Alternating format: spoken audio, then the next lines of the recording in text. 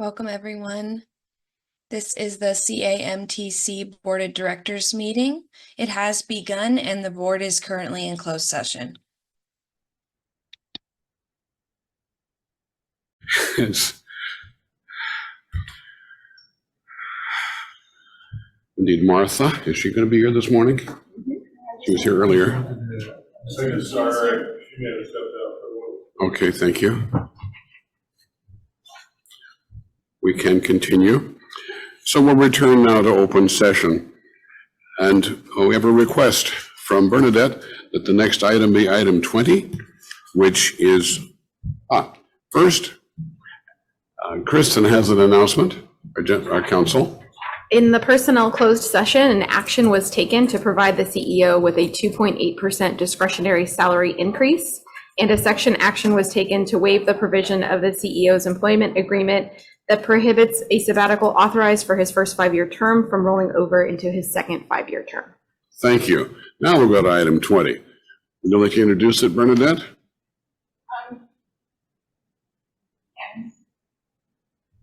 So, item 20 should be found on page. Microphone, please.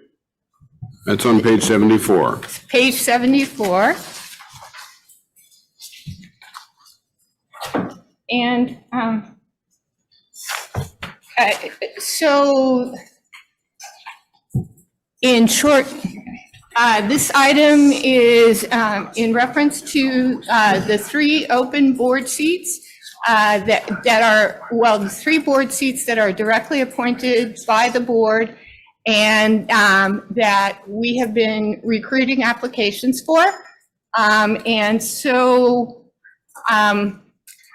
if I may, I'm just going to say that I put together some suggested motions, and this is in terms of taking. We have 3 seats. 1 seat is for an attorney that represents a city or county in California, and has done so for the last 3 years.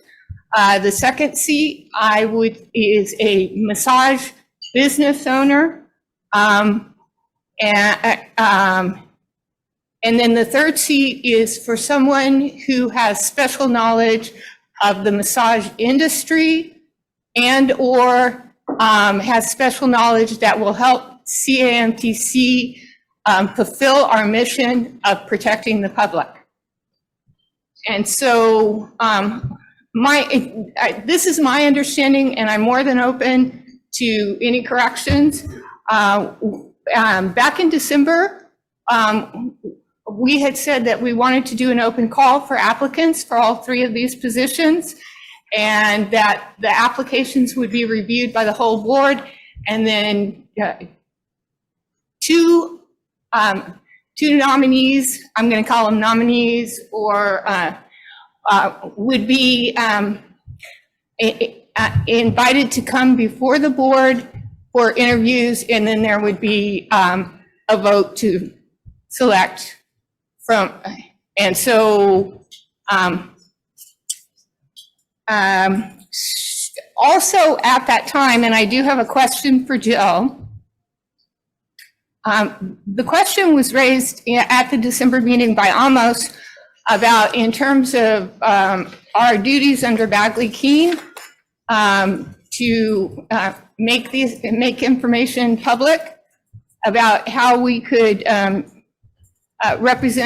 we could allow the public to know who had applied, but still at the same time not necessarily have to share like information related to where they live, their address, and their personal contact information.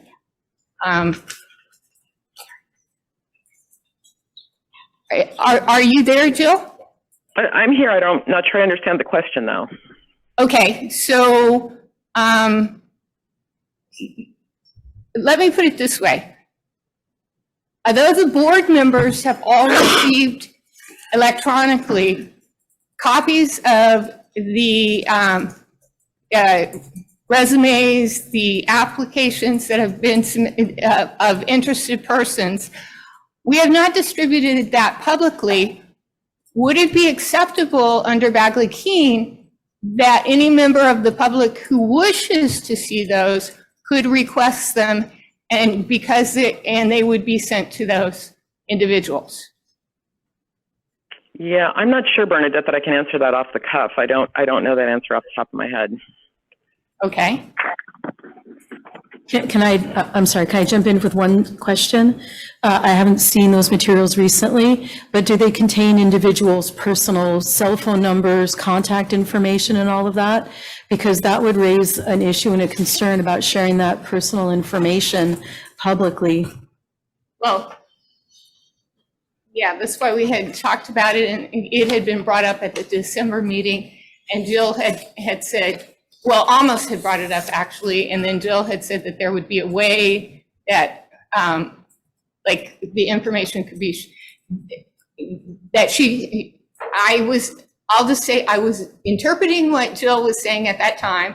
And again, this may not be what Jill meant, but I was interpreting it as it would be okay for us to redact like that personal contact information, but still leave other parts of the application intact, like the person's name and their background experience and things like that. So. Boy, Bernadette, I'm so sorry. I mean, that was obviously a long time ago, and a lot went on at that December meeting, and I just don't have a recollection of that. Okay. I'd want to look at the act again, but you know, it's certainly possible. I just have to check against the law at some point. Yes. Thank you, Jill. I just, I don't know if there's any way that you would have time right now while we're discussing this to check and see if, my understanding is that the law doesn't necessarily require that in advance of the meeting that we share documents that with the public that are used by the board members, but if they are requested, we must provide them if we use them in an open session for our deliberations. You know, that's a general statement that's true, but again, I need to look at the law, Bernadette. Okay. So I mean, I can do it now, but I don't know if I can get it quickly enough. You can maybe come back to this item if I don't get it to it quickly enough. But Okay. There's more to your item than that, right? So give me a few minutes. Okay. So, aside from the technical terms, it's basically the motions that I had suggested are that we just move forward with nominating 2 people in each category. And maybe it's also backwards too. I thought the first motion that we ought to think about is in terms of inviting people for interviews, we could either do it virtually or we could have them come in person. And if they come in person, we agree that we will reimburse them for their, the way I put it in the motion, that the travel, meal, and lodging expenses of invited applicants shall be reimbursed in accordance with the non-employee reimbursement policy. And so. So which motion would you like entered into the record? I would like well, they're actually all 4 of them are motions for us to vote on, but the reason why I'm bringing up the 4th one that's listed as the first one that we should consider, it's because it's about a process issue. Okay, I need a formal motion to proceed.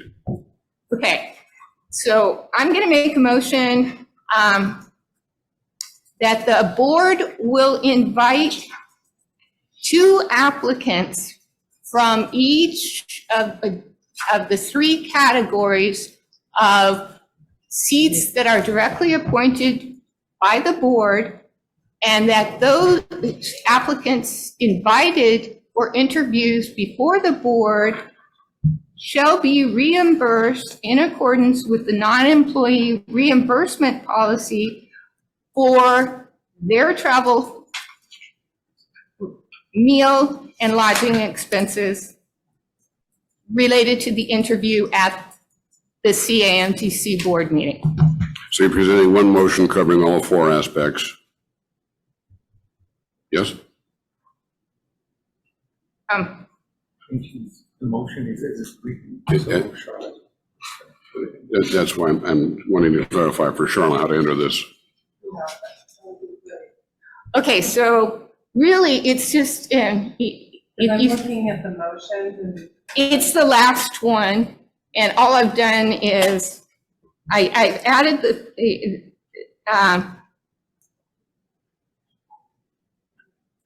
I've said that that the board is agreeing that we're going to invite 2 applicants from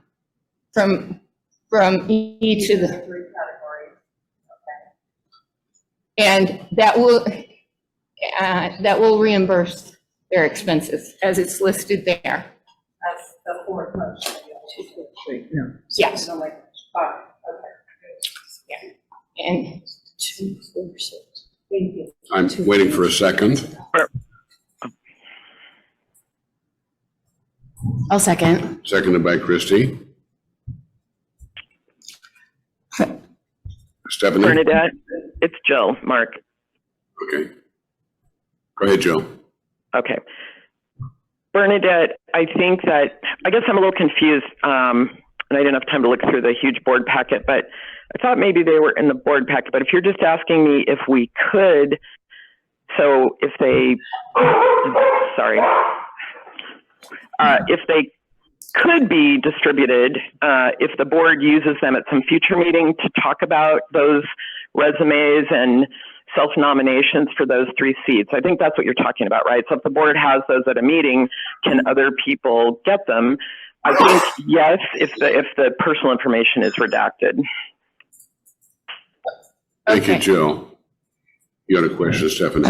I'd like to make a substitute motion. Stephanie wishes to make a substitute motion. I'd like to make a, yes, it is.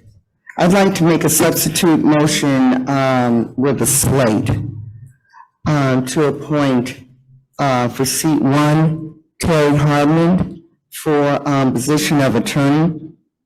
Seat 2, Andrew Garson as the massage business owner. And seat 3, Mark Dixon in the position of the individual with knowledge, special knowledge of CAMTC. Second that. Seconded by Shana. So now we have a substitute motion on the floor. You wish to support your motion, Stephanie? I'm sorry? We should speak in favor of your motion. Yes, so in terms of Terry Hardman being a assistant DA with Santa Clara, I know personally Santa Clara has been very progressive as it pertains to human trafficking in terms of fighting it. And it's also to my understanding that they've worked very closely with CAMTC. In terms of seat 2, Andrew Garson being the owner of Massage Envy LA, which is, as we know, a very huge franchise. And I just feel that with that knowledge, it would be an asset to CAMTC. And as it pertains to Mark Dixon having 40 years experience, as it pertains to, as it pertains to the massage industry, and more importantly, because the issue of having a sunset review coming up, and with Mark's experience and it being a priority for us, I think that it would be an asset as well. Thank you, Stephanie. You're welcome, Christie? sir. I'm not sure if this could be a friendly amendment, but I would ask that they not be taken as a slate. I would have to recuse myself because I do have a conflict with one of the people mentioned in your recommendations, and I would love to give my vote. If we could not do it as a slate and do it as individual motions for each of those? So you would wish to issue a motion to split the motion? Well, Her exact motion, but taking them separately as opposed to a slate. as a friendly amendment, the maker has to approve it. Yes. Maker approves the, And then I do also have a couple questions. go ahead. From procedural matter, is this how the board in the past has made elections of these 3 seats, that they don't ask them to come before the board or a committee of the board and present themselves and be interviewed? This is a question for Jill. That'd be a question for Jill England, who usually handles the election of appointees. Jill? I'm sorry, Mark, what was the question? I'm having a trouble hearing a little bit. It's a little bit scratchy, but can you just repeat the question? Go ahead. My question is this how the board has done it in the past and not actually either established a committee to look at all of these resumes and to where the board actually talks to these people or interviews them, for lack of a better word, before making a decision on who's appointed? You know, I mean, I'm one of a number of people who've been here for a long time. I think it's been done several different ways. I think it's been done, you know, like Stephanie's proposing sometimes, where it's just proposed and they're voted on. I can't remember if we've ever had people come and speak or vote. I mean, this isn't really a legal question, it's a memory question. I think the board has just appointed people at times without a lengthy process or an interview process. But there may have been at least once where they did do that. So I think it's really what the board wants to do. So I'll kind of jump in, kind of refresh my memory. There was, I think, I'm not sure, I think in 2014, there was a process one time that there was, I think, the chair and the vice chair were interviewing people, and then they brought a couple of people in front of the board, and the board voted on it. So to make a long story short, it was done both ways. Okay. It was done with what you just suggested, and it was done with just the board just voted on somebody. Okay. And then my last question is Mark eligible with the new law that was just put into effect? Yeah, Allison, can you? Yeah, so Mark would be eligible because that doesn't come into effect until July 1. So essentially the law is in effect January 1, but the terming out is as of July 1. So what that would mean is if Mark was appointed in that position, he would hold it until the last day of June of 2025. And I think, if I'm understanding what Stephanie is saying, the concept is that we're going to have sunset hearings in March of 2025. So Mark would be able to be available and be part of those sunset hearings in front of the committees in March. And then there would be a need to have a different individual, by the July 1 date. Sorry, can I ask one more quick clarification? As many as you like. We have an attorney that we only have one candidate for, I believe. We have a massage business owner. Is someone in that seat right now today? Yeah. Yes. Okay. And then someone who knows the industry, is someone in that seat right now? That's my seat. Oh, okay. Thank you for that clarification. Thank you. Bernadette, you had a question? No, actually, I had a couple of comments. So not only in 2014, but also in 2019, we had people that came to the board meeting, and say, for example, for Mike Marylander's, the business owner position, we had people that were nominated from the floor and were able to speak to the board and address the board. Both of these times when these seats have actually been originally appointed or reappointed, the board has had an opportunity to like have some interaction. Forgive the interruption, but I'm going to remind us all, what we're discussing now is a substitute motion on the floor on the merits of appointing Dixon, Herman, and Garsden to this position. That's the motion that's being considered. Thank you, Mark. I appreciate that. I just wanted to correct for the record, since we were, what was being asked by Christie was how the board had done it in the past. And so the second concern that I have is that She's doing it for me.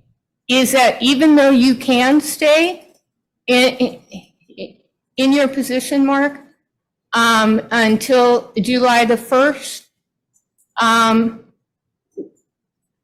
or the last day of June, I'm concerned about how that would,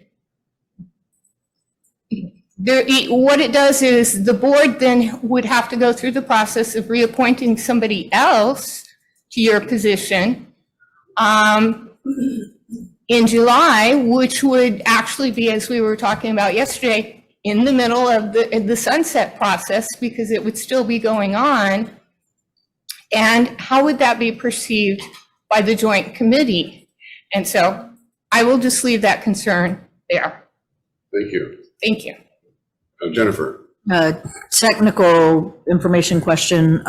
If Mark is considered to be reappointed as a director under the person most knowledgeable, whatever that title is, does that mean that we then have to identify the next chair? Can I jump in here for a second? So Yes. right now, what you're looking is board appointments. In December, every December, the board votes as directors of officers, voting for officers. So you will have an opportunity to appoint new chair, vice chair, treasurer, and secretary. So these are kind of two separate issues. I think I hear the deeper question from you, Jennifer, and that is whether I'm chair or not. I think I have some history and experience to address the sunset issue, whether I am reelected to chair in December or not. So my deeper issue was just trying to figure out, do we have to also find a new chair? Thank you. Thank you. Other comments? Yes. You were to be only until the end of June, but the sunset continues. Can you be still part of it or not? That would be a legal question. Could I serve as a? Well, I don't think there's Sorry, go ahead, Alison. there's no prohibition on him being part of the sunset process, but normally what happens in sunset, again, the timing of it is that you have the hearing in March. And so in March, that's when you're in front of the legislature, and that is the big hearing. That's the thing that if you've been through the process with us before, we might spend the whole day discussing issues with the legislature. And then after that, we move forward, and it's, there are really not other sort of substantive hearing days in front of the legislature. There are days when things, the law gets voted on or gets discussed, but those are the kind of things where you're in front of the legislature for 2 minutes. You know, maybe you make a comment in support or against, but it's it's just a very limited contact with the legislature. And so it's sort of, in my mind, that the heavy lifting happens in the beginning of the year. And then by the time that you reach June, you're really deeply in discussions about what the law is going to be and what the amendments are going to be. And you're negotiating that and you're involved in that. But the last time generally to make amendments is at the end of August. And in July, the legislature goes on break for like a month. So through June is really when all of that work happens. Not that there isn't some of it happening after, there is. depending on how it goes. Sometimes it's settled kind of quickly and sometimes it's not. But it's that first 6 months that it really happens. And then just from a timing perspective, you normally have a meeting in June, or at least you did this year. And that's, I think, pretty typical.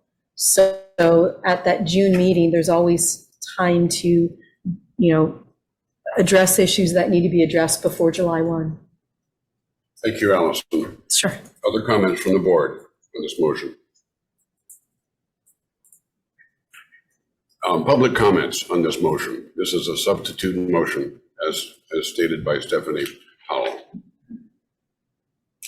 Are there any public comments from the online feature of our meeting?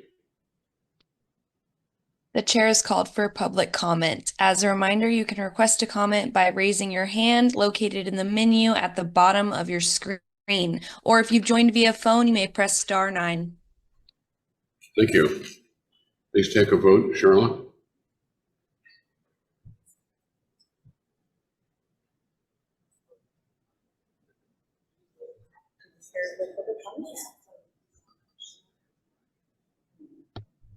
Council is conferring with our. May I make a comment before we vote?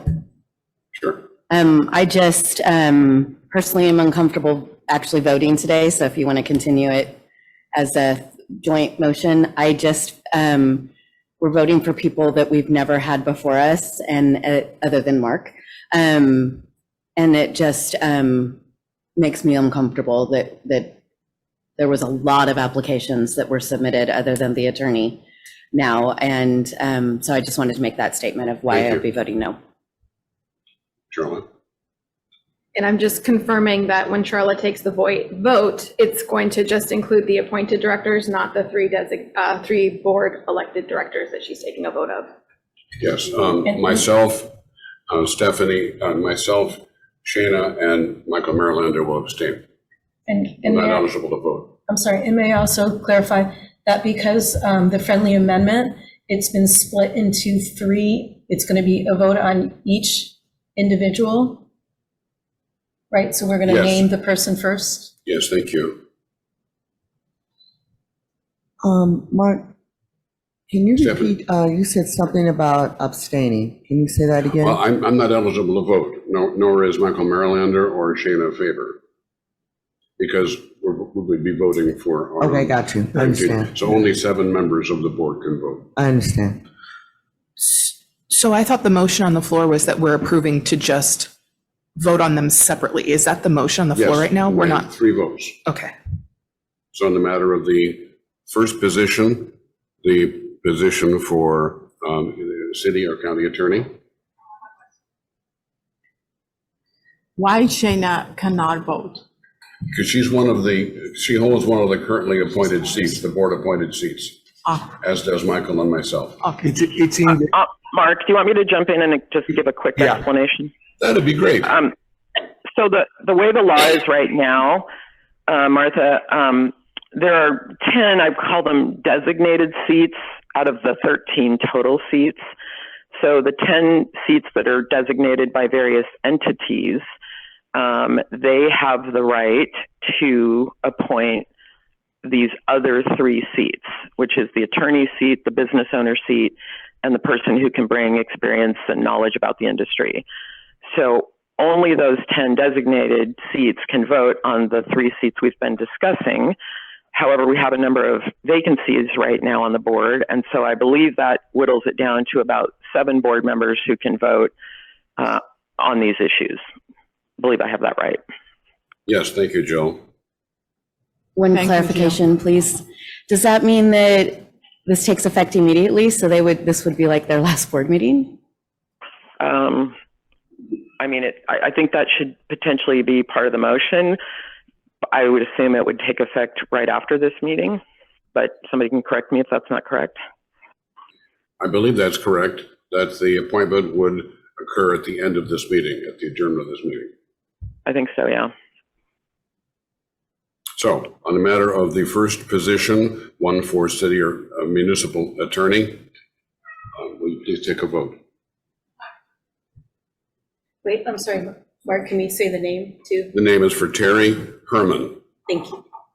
Pardon me, point of order? I thought that the motion actually was that we were going to, did you accept Kimberly? I apologize. Thank you. Please take the vote. Thank you. Okay, Jeff Foreman, Yes. Sarah Fraser, Yes. Jennifer Gonzalez. Yes. Bernadette Murray, No. Stephanie Powell, Yes. Martha Soffer, Yes. and Christy Underwood. No. The motion carries. And the next vote will be for position 2, position of massage business owner. And that person is Andrew Garston, who owns a Massage Envy business in Los Angeles. There's also, what's his title with Massage Envy? District manager? Yeah, I think he's a master franchisee for the LA area. So that's item number 2. Please take a vote. Thank you. Question? Do we take comments on each of the motions? Yes. Okay, I would just like to reiterate what Christy is saying. I am going to vote no on these motions because we didn't actually have people come before the board, and the board hasn't had a chance to interview them. Thank you. Thank you. Any other comments on this motion? Hearing none, we'll proceed. Sarah? When I came up with the slate, Andrew was part of my slate. I do feel like he's a longstanding business owner, and as a regional developer for Massage Envy, I do feel like he is a person who has a really good and broad understanding of the massage industry. He understands through running these businesses with a ton of massage therapists and clients coming through every day, the protection of the public. Also, which near and dear to me as a massage therapist on this board that sits in the school seat, having somebody who understands deeply the experience of the massage therapist is very important to me. So Andrew was already on my slate to begin with, whether or not we went through an interview process. So I just wanted to say that out loud, that he will have my support here. Thank you. Oh, and the addition that he was on the audit committee with Martha. He's already kind of seen into the financials of things, and having run a very large business, he understands the financials, which have been consistently kind of mulled over by this board. So I look forward to having somebody who understands the financials of a large business. Thank you, Sarah. Further comments? Martha?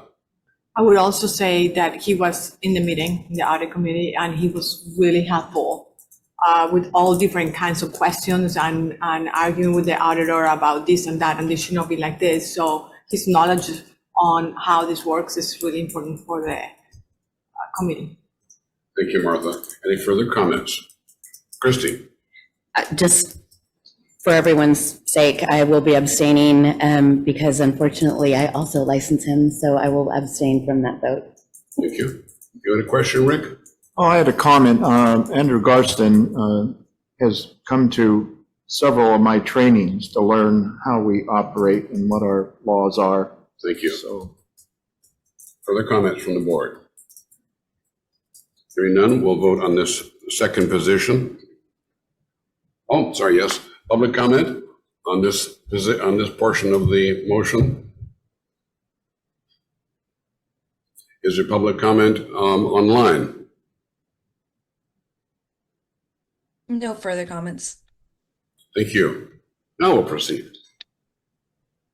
Okay, Jeff Foreman, Yes. Sarah Fraser, Yes. Jennifer Gonzalez, Yes. Bernadette Murray, No. Stephanie Powell, Yes. Martha Soffer, Yes. and Christy Underwood. Abstain.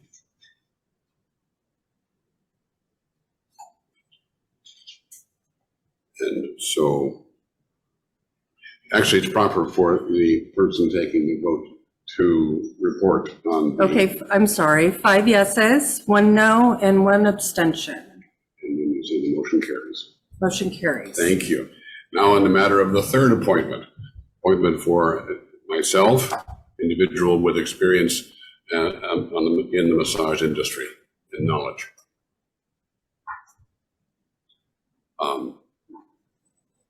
No motion's been made. We'll take comments from the board on this third portion of the motion. Jennifer? Just to reiterate, a point of clarification regarding the new law is that upon completion of the 2 terms, so that individual that's in that last column on the right, they must vacate by July 1, 2025, so we don't have the ability to continue this process with any of the names that have yeses next to them. I'm sorry, what was the second part of your question? We don't have the ability to continue with them serving on the board after July 1, no matter what, right? No matter what, the way the law is phrased, as of July 1, they will no longer be on the board. They're required to vacate. So even a yes now doesn't mean they get to stay for another term. They're limited to that July 1 deadline. Right, they can only stay through the last day of June. Yeah, so we will have, in essence, 1, 2, 3, 4, 5 vacancies at that time. And again, I can't predict the future, but you will have I'm assuming you'll have a meeting in June. And so at that point, you might be able to address some of these issues prior to that July 1 date.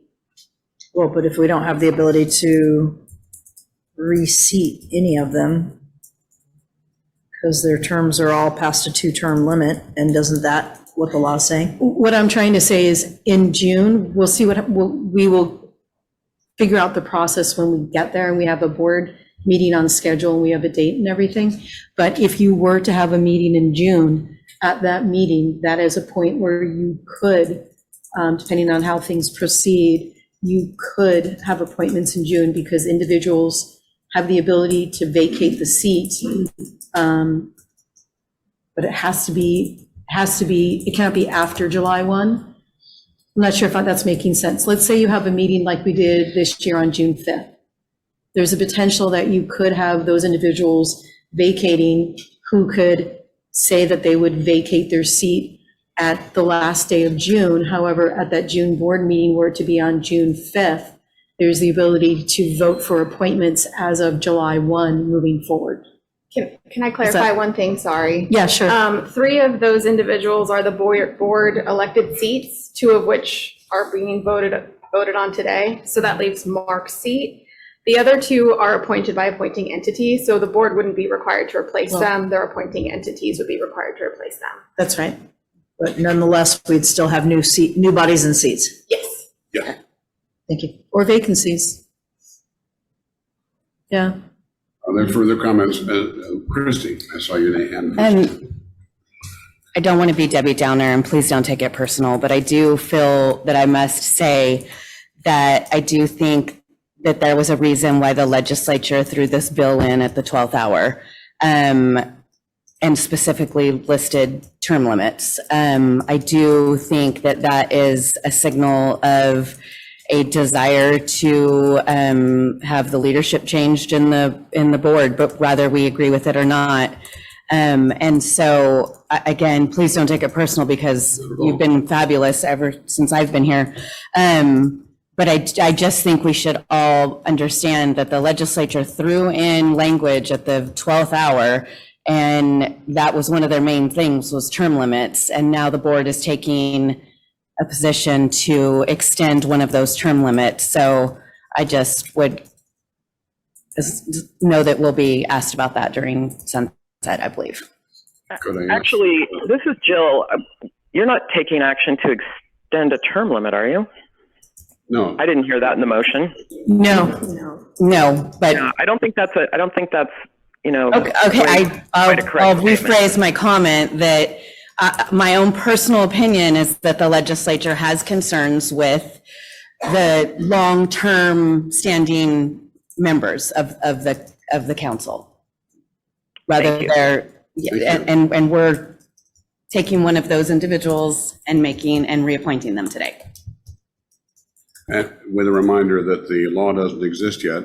It's not effective till January 1st, and the date of expiration of the 3-term, or anybody with greater than 8 years service is effective first day of July. Bernadette, you had a question? No, I just want. Statement. I had a statement. Thank you very much, Mark.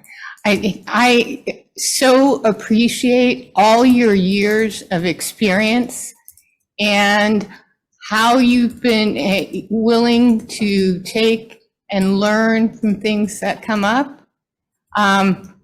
At the same time, I think it does a disservice to people who took their time and energy to submit applications. And there are some very qualified people, and we are not considering those applications. And we're asking them basically, at this point, if we take up, like for the special knowledge seat, we would be asking someone who submitted their application in March of this year to, in essence, wait over a year for some kind of consideration by the board of their application. And I'll just say, I really think that that's a disservice to the public and to those applicants that have expressed their willingness to serve. Thank you. Thank you. Any further comment? Yes, Martha. I think if we are going to go to the sunset and having a new director, which doesn't have all the different details that we need to have, it will be good for CAMTC.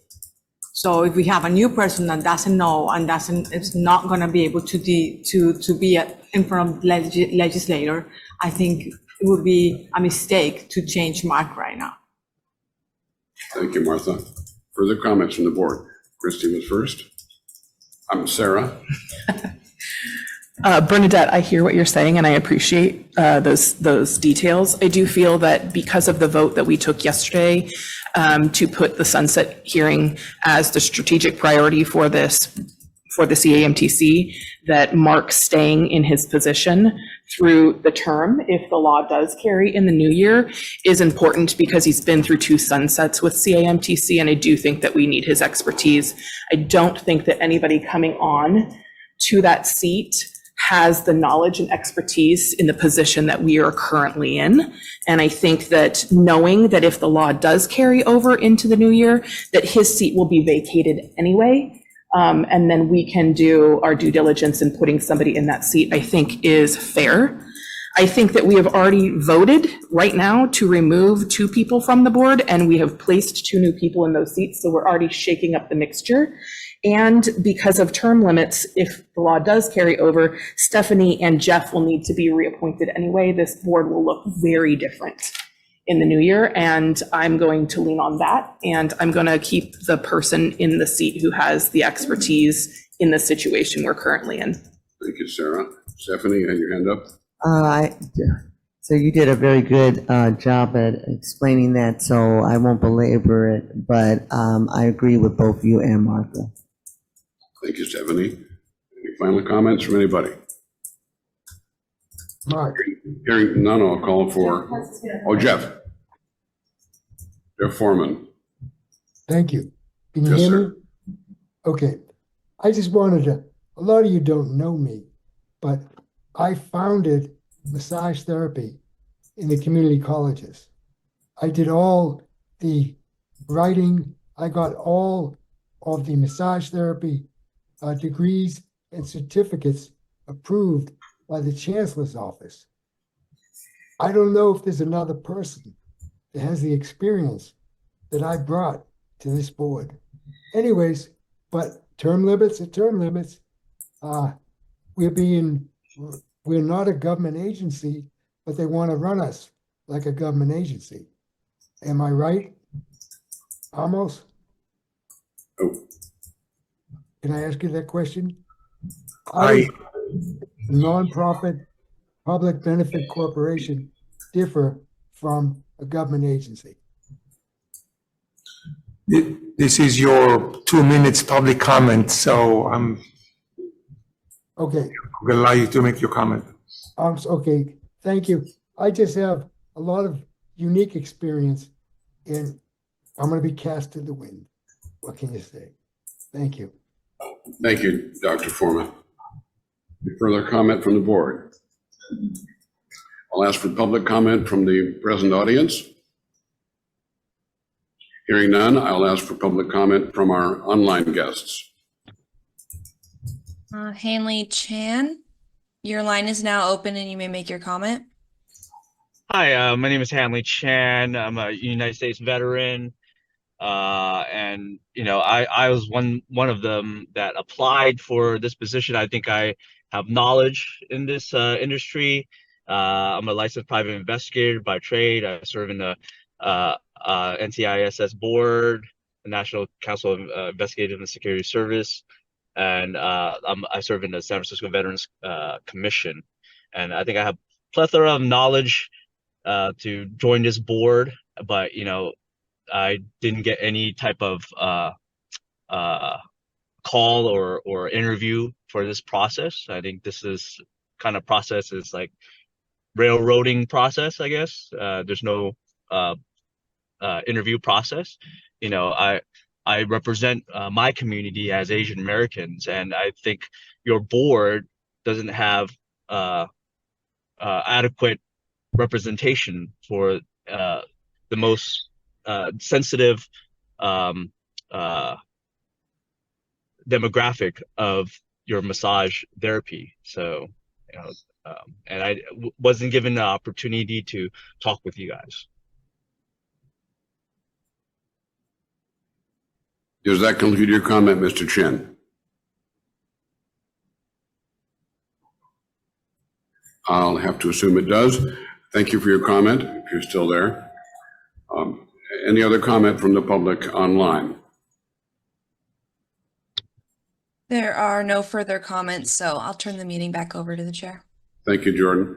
Then I'll ask Charlotte to take a vote, to ask for a vote on item number 3, the appointment of Mark Dixon. Okay.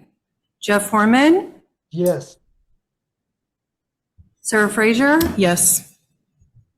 Jennifer Gonzalez, Yes. Bernadette Murray, No. Stephanie Powell, Yes. Martha Soffer, Yes. Christy Underwood. Abstain. Please report to the board. 5 yeses, 1 no, 1 abstention. And the item carries. Thank you. The next item is number 30. Number 30, Joe Bob Smith has a presentation. Thank you. Well, presentation is probably generous. So my report is almost alluded to yesterday that I have a big idea, but I'm going to hold on to that for a couple of minutes while I go through the rest of the report. So hopefully that'll pique your interest to continue to listen. May I point out that we're on page 166 of the board packet. Yes. Luckily, things have been going fairly normal, fairly regular for ESD, which is a nice thing in regulation, not to have too many hiccups over the summer as far as our applications for reapproval. We've got a couple of new schools that we're hoping to help shepherd into the provisional approval stage, and hopefully they will get approved. So our approved school numbers that dropped so dramatically during the pandemic will maybe start turning around and going back up. Our education reviews continue to remain about the same, and we keep making our site visits. And so while everything is somewhat the same, I will bring up that during a recent site visit, we're still encountering attempts at fraudulent education. I was just at a school this week, in fact. I had reviewed files, scanned them, done everything. I had packed up my computer, was ready to get out of there, was saying my goodbyes, thanking them for their help. And all of a sudden the owner of the school says, "Can I ask you a question?" And I said, "Well, sure." And so the owner says, there's a school around the corner that's been trying to sell transcripts to our students. And I thought, well, this is a little bit more than a question, but it just goes to show that it's still happening. And so we sat down and talked, and I made some notes, and as it turns out, what they believe, and of course, this just happened this week, so we're still looking into it, but we believe it's actually an out-of-state school that is coming here and recruiting people. And we've talked about it, I've given it in my report many times, that as we've cracked down on the fraudulent education here in California, we see more and more fraudulent education coming from out of state. And so, but this was the first that I'd heard that like there's like a physical person actively recruiting people in the state for an out-of-state school to sell transcripts. And so we were already on to this state, and I'm not gonna bring them out here publicly at a meeting, but we were already on that some of the education in this state was questionable. And so at the FSMTB annual meeting last week, I was able to talk with the executive director of that state and bring up the fact already that we had some issues with some of the schools there, and what could we do to work together. So in my report, of course, we had to turn these in before the FSMTB meeting happened, so I don't have much there, but that's always my favorite part of the FSMTB meetings, is the ability to connect with the other states, the people that we work with year-round. There's so much that can be done in a few minutes of face-to-face that if you go on these other state board websites and try to find contact information for board members or executive directors, it usually doesn't exist. You try to hunt down people, you try to hunt down information, and it's very difficult. And at FSMTB, here's the people, you connect, you meet them face to face. And so, so hopefully we're able to work with that state as well as some of the other states. So that was the biggest thing that I got out of FSMTB this past week. They also had a number of topics that I'll touch on in a minute that were very pertinent to what we do, and conversations about what we do. The other thing, which you probably saw in the packet, I went to Thailand. So that happened, which was out of the blue. If you notice on the invite letter from the Royal Thai Consulate General in Los Angeles, that the letter was dated August 19th, and my plane left on September the 6th. So this was very last minute. And so I don't think I've ever been on a trip, particularly a foreign trip, where I hadn't over prepared for what I was going to be doing. But luckily they were very gracious hosts. They set out a wonderful itinerary of looking at the traditional Thai massage education. And we went to 4 different schools while we were there. We went to 2 spas. We met with the Director General of the Department of Thai Traditional and Alternative Medicine, which is one of their departments under their Ministry of Public Health. They treated us very much like VIP, so I have to say, so it was me and the one school owner that has an out-of-country program right now. So there were 2 of us that they invited to go. They actually had invited Amos and Mark, and as you can tell from the short timeline, it just didn't work out for everybody's schedules to figure out a time for that to happen. So so I went with Katie Mickey from the Santa Barbara Body Therapy Institute, and so we got a really nice insight to their education. And I will say, for those that haven't been to Thailand or looked into it much, I don't think that there's a country in the world where massage is as integral to who they are as a people, from medicine to government to religion to just a part of their daily life, as Thailand. It's even when you think of like Swedish massage or something, it's not as integrated into the Swedish culture as much as Thai massage is there. And when we met with the Director General of the department, he said that the word from their Prime Minister was health and wellness was one of their 8 things. It was number 2 on the list that they gave us. There's actually a little picture of the slide in there. But that's very important for them to reach out to the world, and part of their status as a global nation to have health and wellness. So it was a very it was a fascinating trip, the sort of things that came out of it. Of course, it gave us insight. As you know, the board voted back in March to start accepting education from Thailand.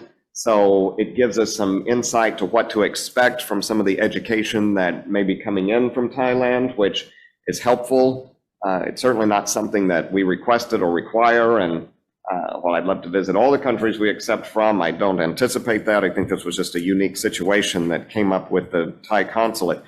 But having that perspective did give us some information that's not only applicable to the education from Thailand, but that we can also use for education from other countries, and the things that in the 50-hour supplement program that the applicants are required to pass, what sort of information needs to be in there. So for example, there's some things in traditional Thai massage that would be, we don't have a scope of practice, but our definition of massage is manipulation of soft tissue. There's certainly some things in traditional Thai massage that go beyond that. So it'll be important for our schools that have those approved programs to be knowledgeable of that for all the countries, of what may be different with what they learned in their countries, and understand that while that's perfectly fine in your home country, some of those things are not going to fly over here. So it's a good reminder of that, and we sort of made a list of those types of things. So during the trip, I sort of had an aha moment. So Thailand, for the traditional Thai massage, it's 800 hours. And this was something that they had passed a law back in 2013, where they actually started certifying schools, and they have 94 certified schools around the country right now. And then they started setting up more definitions of curriculum and what it means to actually have studied and be certified in traditional Thai massage. So they settled on 800 hours as their number. They also have a 150-hour relaxation massage. And that was sort of my aha moment right there, that they are able to recognize sort of the reality of the massage profession today, where what is safe and able to work on people may be much less than what we have. And for those who are new, when CAMTC started, we actually started with 2 tiers. We had 250 hours and we had 500 hours. And so, and thinking back to Beverly's talk yesterday and kind of our history, like where did the 500 hours where we've arrived at come from? As best to my knowledge over the last 20 years, there's never been a study that involves protection of the public and safety of working on the public that pulls up to 500 hours. In fact, when many of us, when I started 20 years ago in LA, it was 300 hours was LA. A lot of people started in a time where it was 100 hours, 150 hours, 200 hours. And a lot of the push for more hours came from a couple of reasons. It came from the idea of getting rid of the illicit massage businesses. And so the idea was like, if we keep increasing the hours, we will somehow push them out. That didn't work, obviously. And then the other one sort of came from the profession, where there are information and sort of studies and gatherings of what it takes to have a successful and long-term career in massage. ELAP, for example, which is something that was put together a few years ago, came out with the number of 625. But that was looking at what it takes to be successful in massage. But the 500 hours is something that just it was really sort of a random number. And when you look back at our history of having the 250-hour tier, there was really no large indication that the 250-hour massage practitioners were causing any more harm to the public than the 500-hour massage therapists were. So my idea is to reintroduce that. I think it goes on the heels of, I know if you've read Beverly's report, there's a sense of deregulation happening around the country where boards are being eliminated, hours are being cut. Even here, we were talking to Chris, they cut cosmetology by 500-600 hours a few years ago. There's certainly that. And I think coming up in our sunset, I wouldn't be surprised if that doesn't come up. And I think that the board might want to think about coming in with their suggestion and plan for that before the legislature does something that either the board doesn't like or doesn't fit. But I think that the 250 hours, I think there's good reason to consider that being reintroduced. So I just said that there's no study, so where did I come up with 250 hours? Well, one, it's something we've done before, so it sort of brings back something that's happened, which is helpful. But when you look at our curriculum, the curriculum that the board adopted coming out of the pandemic has 140 core hours. So for people getting 500 hours, they take 140 hours. That curriculum could still stay exactly the same. So everybody getting 250 could still get the same 140 that the 500-hour people are getting. The difference would be in that 110, you really just have the ability to learn one, maybe two modalities. So you're essentially learning relaxation massage. You're learning Swedish. You're not learning a bunch of different modalities. You're learning that. That's what, when we look at curriculum, there's not that many more hours of ethics that schools with longer programs teach. There's not more business. There's not more contraindications. There's more modalities. So I think it's something that I would like to see the board consider.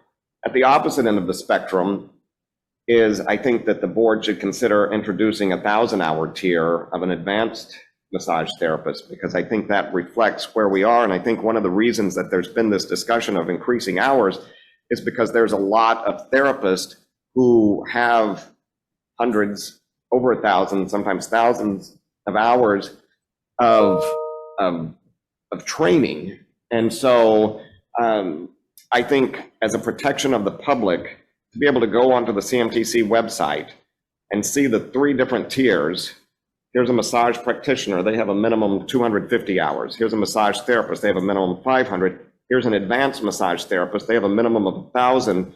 Now, as the public, you can make an educated decision of what you're looking for. Are you looking for just a relaxation massage? Do you just want to go and have that?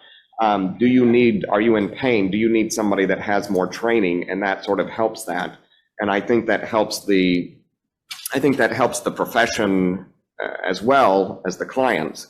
So that would be my sort of aha moment. And while it occurred on the Thailand trip, that was really more just different perspective. It really has nothing to do with the education from Thailand or anything like that. It was taking the culmination of what I've been seeing the last few years with the trend towards deregulation, and also asking that question when we put on our hats of public protection here.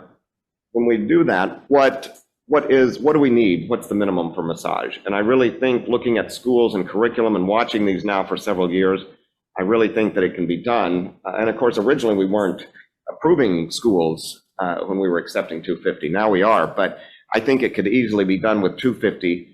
And so I think that's something, as Beverly sort of gave us a history of the last 15 years of CMTC, and now with Sunset, as we look towards the future, I think maybe introducing this tier system for massage therapists may be something that the board wants to do, to look at the future and introduce there. I will finish by countering that and saying that's not the trend in massage boards. We were just at FSMTB, and I wouldn't say most, but a few massage boards have increased their hours over the last few years up into the 600 level. They've primarily done this because last year about this time, you may recall, the Department of Education had their gainful employment rule changes. And luckily, because of our certification system out here, our schools in California weren't affected by it, but around the country they were. It's now been temporarily suspended by a judge, so we'll see if it comes back. But in order for these accredited schools to be able to get the Pell Grants, they needed at least 600 hours. And so the therapists who are, and I'm a therapist and former school owner, but who are already inclined to continue to increase the hours, jumped on the chance to use that to go to their states and increase the hours. So definitely at FSMTB, that's sort of was the discussion and the trend. Meanwhile, at FSMTB, they did talk about the fact that deregulation is happening with other boards around the country. So I thought that was sort of weird. They were talking about that. And then on the other hand, they were talking about, well, let's just, increase numbers for the main purpose of benefiting a certain subset of schools, which I didn't think, I get that argument, but I think when you're wearing your public protection hat, That's not what boards are meant to do. I don't think they're meant to get involved into the marketplace of what. I think that was something between schools and DOE and not boards. So that's sort of their trends. The other thing that is talked about, which the reason that there's kind of the deregulation trend, is the barriers of entry to the profession. Because we sit around and we increase hours and we do that, and we sort of live in the bubble that we live in, and so the bubble that we live in doesn't always, we leave a lot of people out who would be more than happy to just have a career doing relaxation, or even a start. Maybe they begin with 250 and they're able to work and get there. So I think the barriers of entry to the profession is a lot of that reason. And when we were at FSMTB, there was a whole discussion on implicit bias and stuff. And yet, meanwhile, there's this discussion on how let's continue to increase the numbers, making it harder and harder and more expensive for people to get into the profession. So, so for those reasons, I would throw that idea out there to the board, and I'll leave it at that. If you have any questions, comments I can answer, or I know it's a big sort of a boom idea that you may need to sit on, but I'm happy to answer any questions. Yes, sure.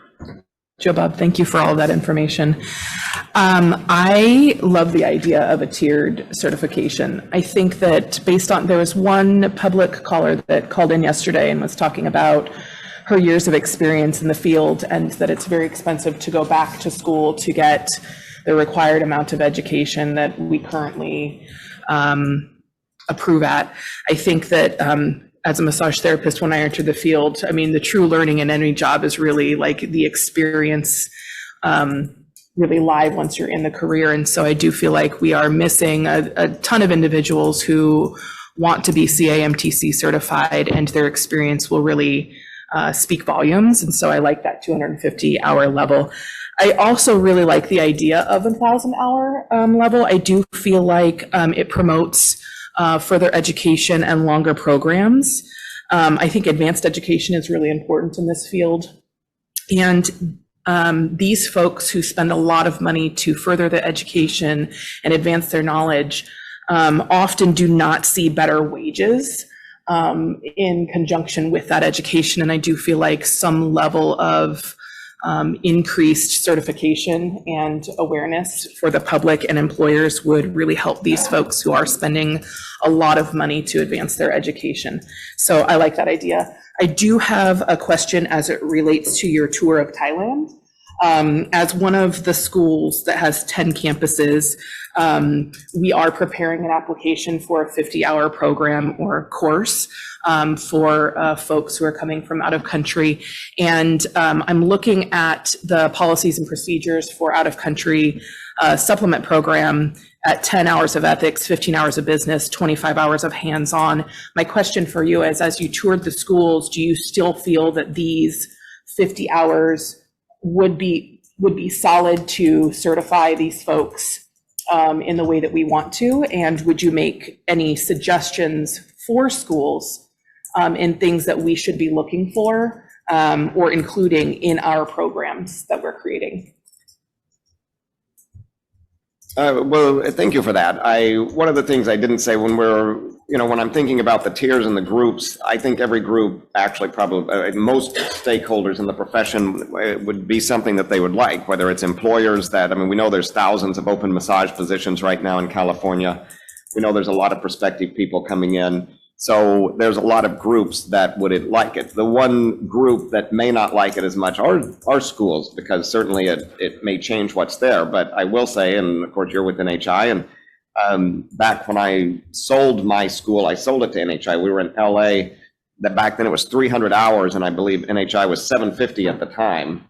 And there was no hesitation on NHI's part coming into a city where there was 300 hours, even though their program was more than double what was required to legally work there. And they turned out to end up being very successful there in the campus. So I certainly know that schools, not all schools may like it because of the change in that. But I do think that that it can be done. To answer your question, I don't think any of that 50-hour supplement program needs to change.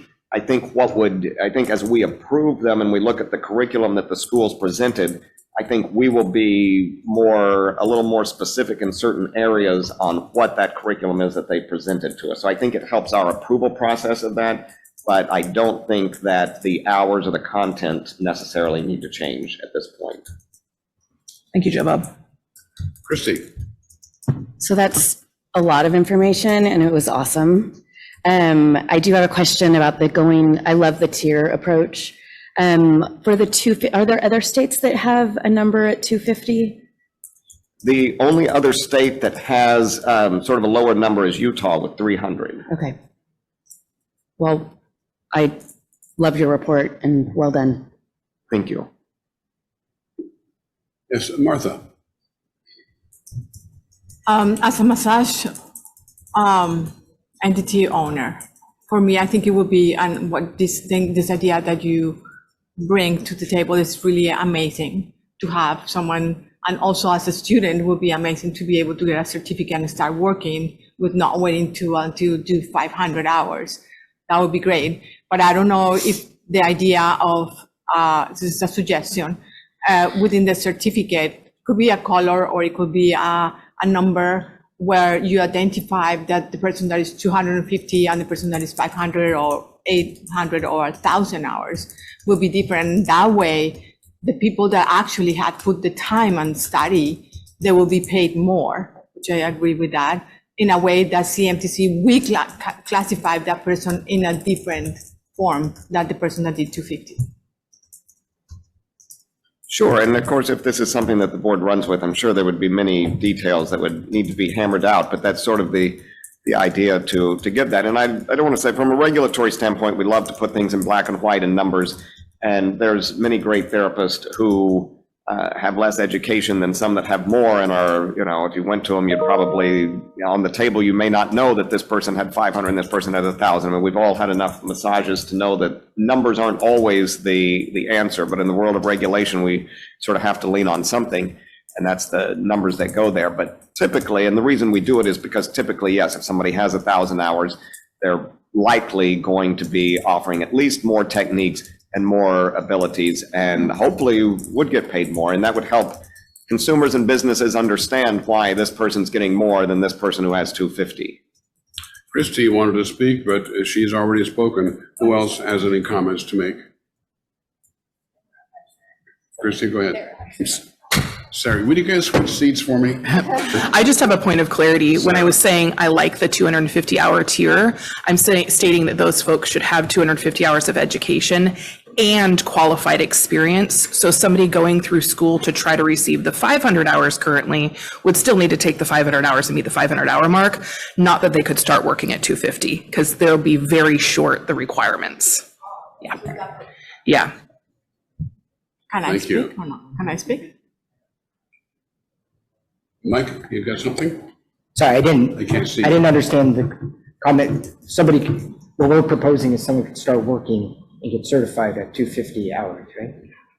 Is that what's being proposed? Or just that your suggestion is? The way I understood it was that it would be more of a, like the caller yesterday had a certain number of hours from a long time ago that was acceptable at the time, which most of these folks probably hit around that 250 hour range, in that range. And that there would be evidence, in order to be certified, the evidence of their experience would be what we would be looking at. So a person who's currently in school who reaches 250 hours wouldn't be eligible for certification. The person who would have 250 hours from prior schooling would need to show experience in lieu of the extra hours. So that's the way my mind was hearing it. That's not what I heard. Yeah, can I jump in? Because, and Joe Bob, I'm going to speak for you, so sorry. But thank you. My understanding, what Joe Bob is proposing is that in the past, for example, CMTC had actually 3 different levels of certification. We had CCMP, but that was 100 hours, and yet you had to get, within a certain period of time, the additional 150 hours to get to 250 to become a certified massage practitioner at 250 hours. And what Joe Bob, and then there's also certified massage therapist, which is 500 hours. What I understand Joe Bob is proposing is a 3-tier system where there would be a 250-hour, I'm assuming still massage practitioner certification, a 500-hour massage therapist certification, and a 1,000-hour yet to be named advanced, essentially, tier. Is that accurate, Joe Bob? Yes, that was my idea, is that there would be 3 tiers. So in my idea, you could take a 250-hour program that was approved by CMTC and graduate with 250 hours and work at 250 hours. Just to throw more information out there and kind of what you were saying, Texas actually does that, where they have a student massage license. And so the people who are, when you enroll in school, you have to get a student massage license and do that. So I mean, that sort of model does exist and is out there, but that's my idea, is that there really would be the tiers. And when you look back, when we had the tiers, for whatever reason, and I don't know the reason, I don't know that we ever knew the reason, but there were way more people that got the 500 hours than the 250. And I don't know why. I mean, certainly if I was going to school, or if I was going to run a school, I would be on the higher end because I'm a big proponent of more education. But when I put on my protect the public hat, do I think you need that much education? I don't. But yes, I would, as a school owner or a potential student again, I would take way more than 250 or even 500 in addition to what I had at this point. Thank you, Joe Bob. Chief Gonzalez had a comment. Yes, I appreciate the report. My understanding is, as the agenda identified it, it's basically your division's report with school statuses, outreach, and looking forward. And then looking at that 2 paragraphs, most of it actually doesn't even touch this topic. So I would rather see this be an agendized item that we can make an educated assessment of, and the public knows to come and speak about it if they want to provide input regarding the tiered system before we get the cart before the horse. Allison has a comment. And yeah, I would like to say thank you for your comment. You're absolutely right. Joe Bob is providing his report today. This is not an item on the agenda for the board to vote on. It's just his report, and anything would have to come at a later date. Thank you. Martha had a comment. I just think that, for example, to add to Joe Bob, is if a person is going to study, and this is what I like, I'm making an example, I like to do relaxation massage, I don't like to do deep tissue. This person can really start working on what they like and don't have to take these classes. They are never going to use it because it's not the thing that they want to do. So there's many other classes that are being taken in the 500 hours that are never going to even use. They are just using it as a requirement. Thank you. Any further comment from the board? Well, I'll comment. I like the idea very much, Joe Bob. And I would not be so enthusiastic, and I'm not even hesitate, if I did not know that we have such a robust certification program and school approval program. I'd feel very safe being worked on by somebody with 250 hours who've been certified by CMTC, who attended a CMTC approved school. That being said, there is a huge demand for more therapists in the business, and your proposal would open up the field greater than it has been to a greater number of people who can get to work doing safe, proper massage in California. That speaks very, very well to what we're all about, is protecting the public and elevating our profession. I think this would do both of those. So I'm going to ask, with the board's support, to have you present a more formal proposal to the board to consider for the next meeting.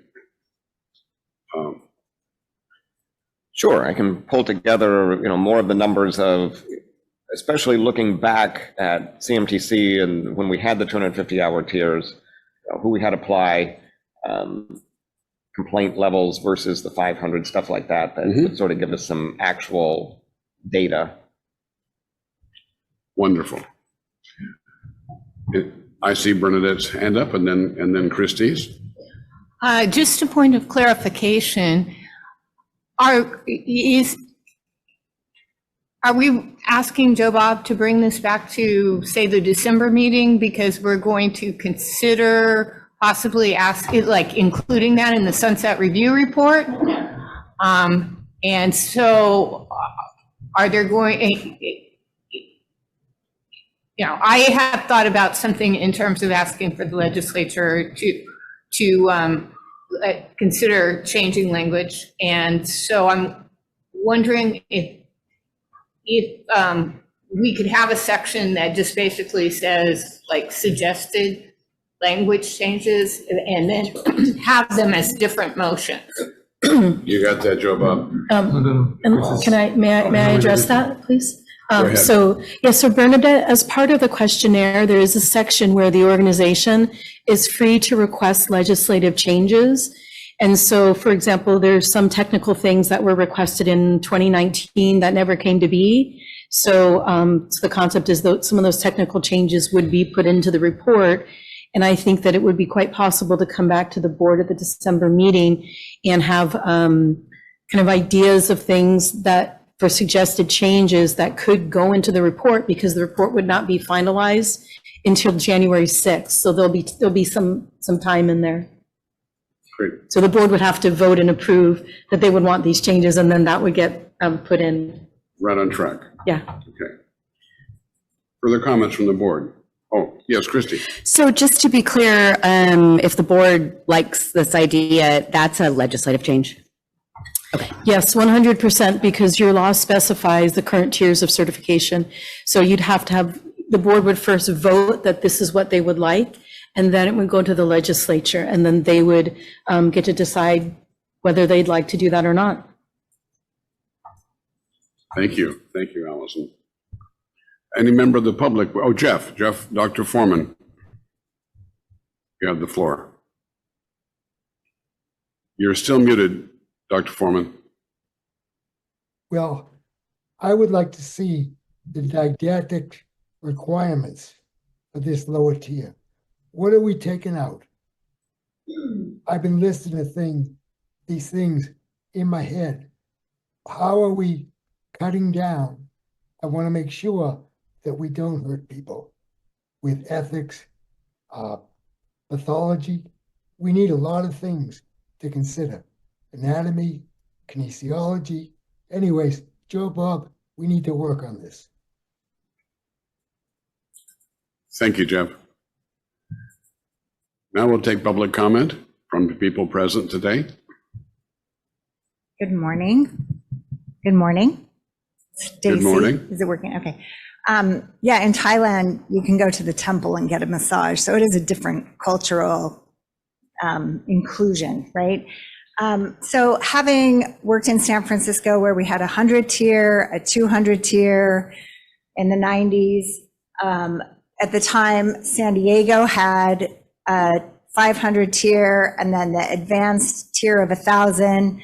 And people were up in arms when CAMTC said, oh, we're just going to do 500. Well, I've lost my credibility. So there's always been this flux of different hours criteria that's been very confusing.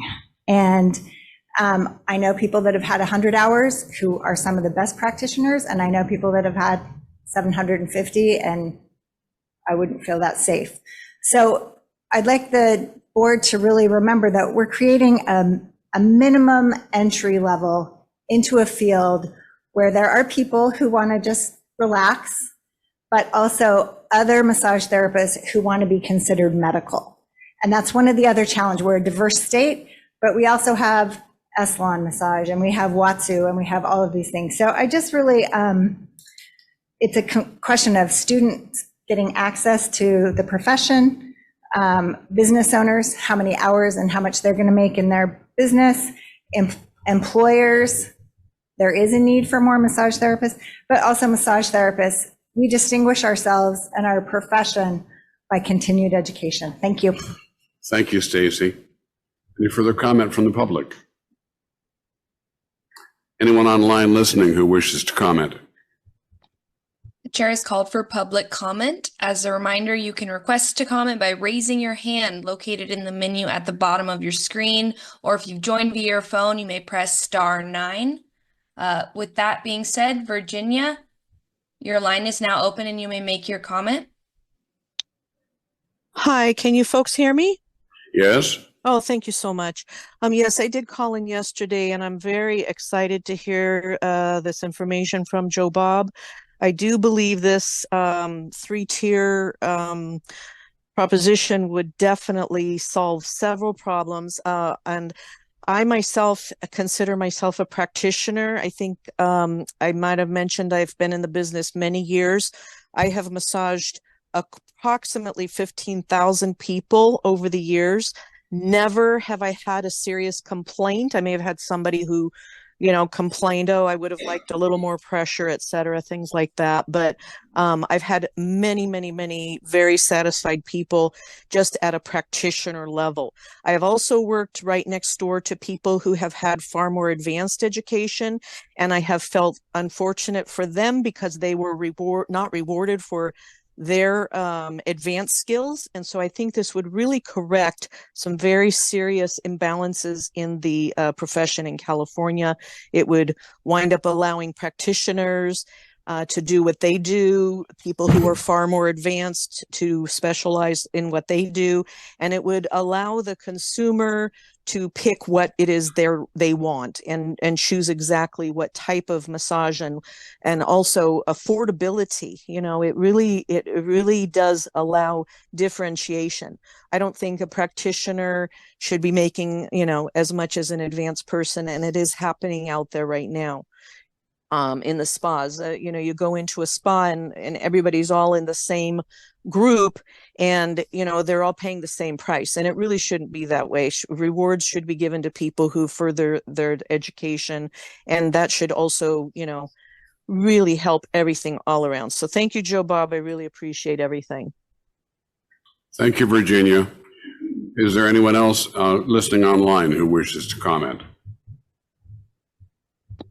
No further comments. Thank you. Well, we'll move forward and hear back from you later in the year. Let's move on to the next item on the, not necessarily in order, but number 9. Number 920, we need to finish up the other 2 strategic priorities. We voted on one yesterday, and we will now consider the other 2 on the agenda, and they are to be found Page 58. On page 58. Thank you, Joe. Amos. Yes, please. Amos, would you take that, please? Thank you. So first of all, I have a correction for the sake of the discussion. Item number 2 says protection of consumers and the profession. It's a mistake. It should say protection of the public. Okay, and I'll explain why it should change public from consumer. So I just want to open, we're not just discussing 2 and 3. This is an opportunity for you as a board to say, look, we should just go with the approach of what we've done a few years ago and just have one objective for next year, and that's it. We had years where we had strategic priorities that were up to 6, which is a lot. I don't think we've ever gone through a sunset where we had more than 3. That's more than enough. So this is just suggestions here, but you can take it or leave it or replace them. I do want to make a comment about why I'm making a point to change consumer to public. The 2 reasons for it. First of all, that follow the law. So the main legislative mandate that we have from the legislature for the CAMTC to make protection of the public its number 1 priority. And I understand that some people think, well, consumer, the public, it's kind of the same thing. No, it is not, okay? Because they approximately, I believe. I told Laura we were coming. She's all excited. Please mute your microphone, whoever's speaking. So I believe in California, there are approximately around, there's some research to show like 6 million people who receive massages. Well, clearly the majority of the public are not consumers. And the legislature spoke very clearly. They said, protection of the public. So the public definitely include consumers, but it goes beyond just consumer. So it is almost, when you use the term public and then you say the profession, it's like emphasizing the point. So in my mind, public includes consumers, members of the public who are not consumers, but also massage therapists are also members of the public, okay? So that's why we're taking that all-inclusive approach here. So number 2, you can read the paragraph on your own. And number 3, address the issue of workforce development. This is an issue which is very important to the legislature. We always get asked about what are we doing to support workforce development. And CMTC is already engaging in multiple initiatives on that issue. So even though it's kind of a little outside of public protection, it is something that's very important to the legislature. So things like outreach programs, as far as career opportunities, then new developments about working with an NGO to further the whole area of fighting labor trafficking. That's a major issue that helps with workforce development. And the idea that Joe Bob raised here, creating a 3-tier system, also can dovetail into workforce development. So you're just adding one more important item here for us to focus on and to try to achieve next year. So that's kind of the intro, and you guys can take it from here. Bernadette. So this is a process question. So I would like to make a motion to suspend the rules of debate, as we did yesterday during discussion of this item. I think it's a good idea. I'll second that. Moved and seconded to suspend rules of debate. It does not require public comment. Will come out by the board. Will please take a vote.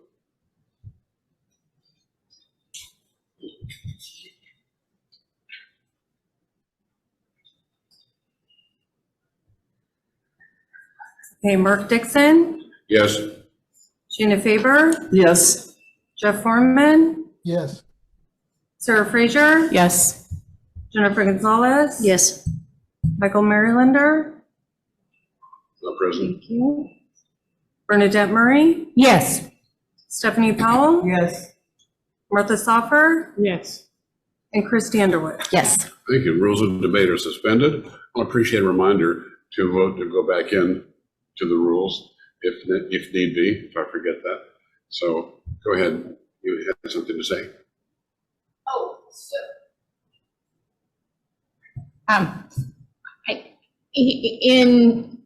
I wanted to offer for the board's consideration that a strategic priority that in terms of our commitment or continuing the efforts that we have been so improving on so well this year in terms of openness and transparency about our decision-making process, and being able to not only continue, but to expand those. And I'll try to leave it right there. I can give a couple of concrete examples only for the purposes of making it, like, what am I talking about? For example, what we've been doing the past couple of meetings where we have actually been live streaming the meetings. We've provided an opportunity for our stakeholders to be able to comment on items in person or virtually. And so so that's a great way that we've really stepped up. And I know that as we do it more, we'll get, things will go smoother, is my thought. And just to piggyback on that, like, if we were going to support that, for example, we could change our board policy that right now just says that we will post audio recordings of the meetings on the website, to that we will post video recordings on the website. That's, and we can have a discussion about that. So I'm putting that out there, and I will say, I think that this would be really supportive of our primary strategic priority, which is to have a successful sunset, because this is a way that we show that we are going to be, in terms of our decisions as board members, that it's open to the public, our decision-making process is very transparent, and all of that is to the good. Thank you. Further comment from the board on the strategic priorities? Chief Gonzalez? I would encourage us to maintain the priorities that we have. I understand the impacts and the demands that will be placed on the team regarding the sunset review, but I don't think we should take away from what we already have as a priorities. Thank you.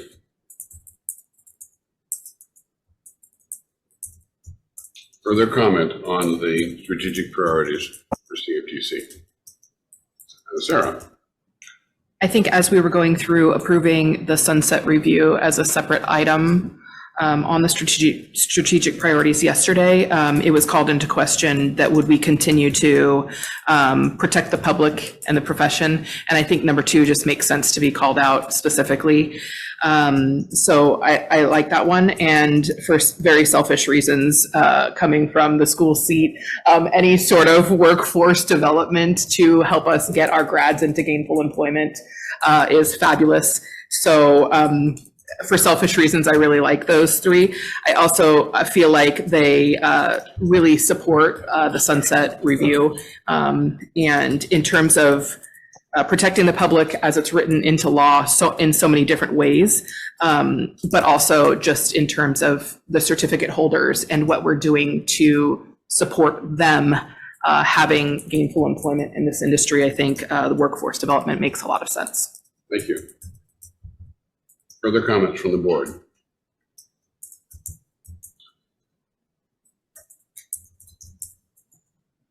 Bernadette? Well, since we suspended the rules of debate, I can talk again. So I would like to ask Amos a couple of questions. As you and I have talked before, we had talked before about with the career opportunity mailing program, that hasn't really been successful for us in the sense of, like, when we extended the program a couple of years ago, nobody's really taken advantage of it. That's not exactly correct. It has been used several times. 1, 2, 3, 4. It's been used, like, I believe, 5 times so far. And during the total course of, or since we extended it, because that's what I was asking you. So I don't have exactly the timeline, but it is being deployed 5 times. There is a major employer that informed me that they would like to take advantage of it again, probably in December. That's one of the reasons why I actually put it in the agenda, the Career Opportunity Program. So it is, it is something that I think that expired. I'm going to ask the board to reauthorize it. And we have some other ideas of how to streamline it, because it's been kind of clunky.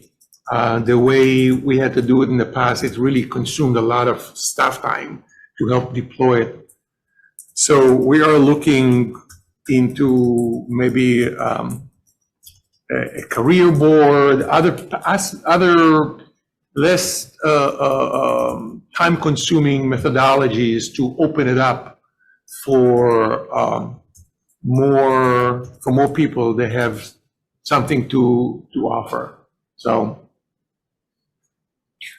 Well, these things sound good because I think actually, you know, when I costed out the minimums, if people have to like, in order to utilize the program, they have to like commit to at least 800 mailings.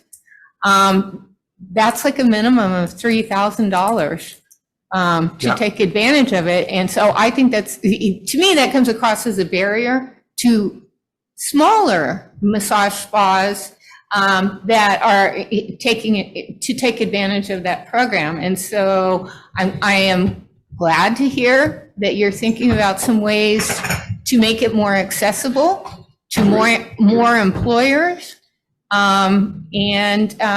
It would also be really helpful to me to have to get like, I'm not saying an exact number or an exact percentage, but when we talk about things like workforce shortage in the massage field, it would be great to see some data on that, where it's like here in California, what are the parameters of that workforce shortage in terms of how many are actively working in the field and how many openings there are. So the shortage, it's basically what we're hearing from hundreds of employers, pretty much saying, I'm turning away 50% of the business every day because I just don't have enough people working.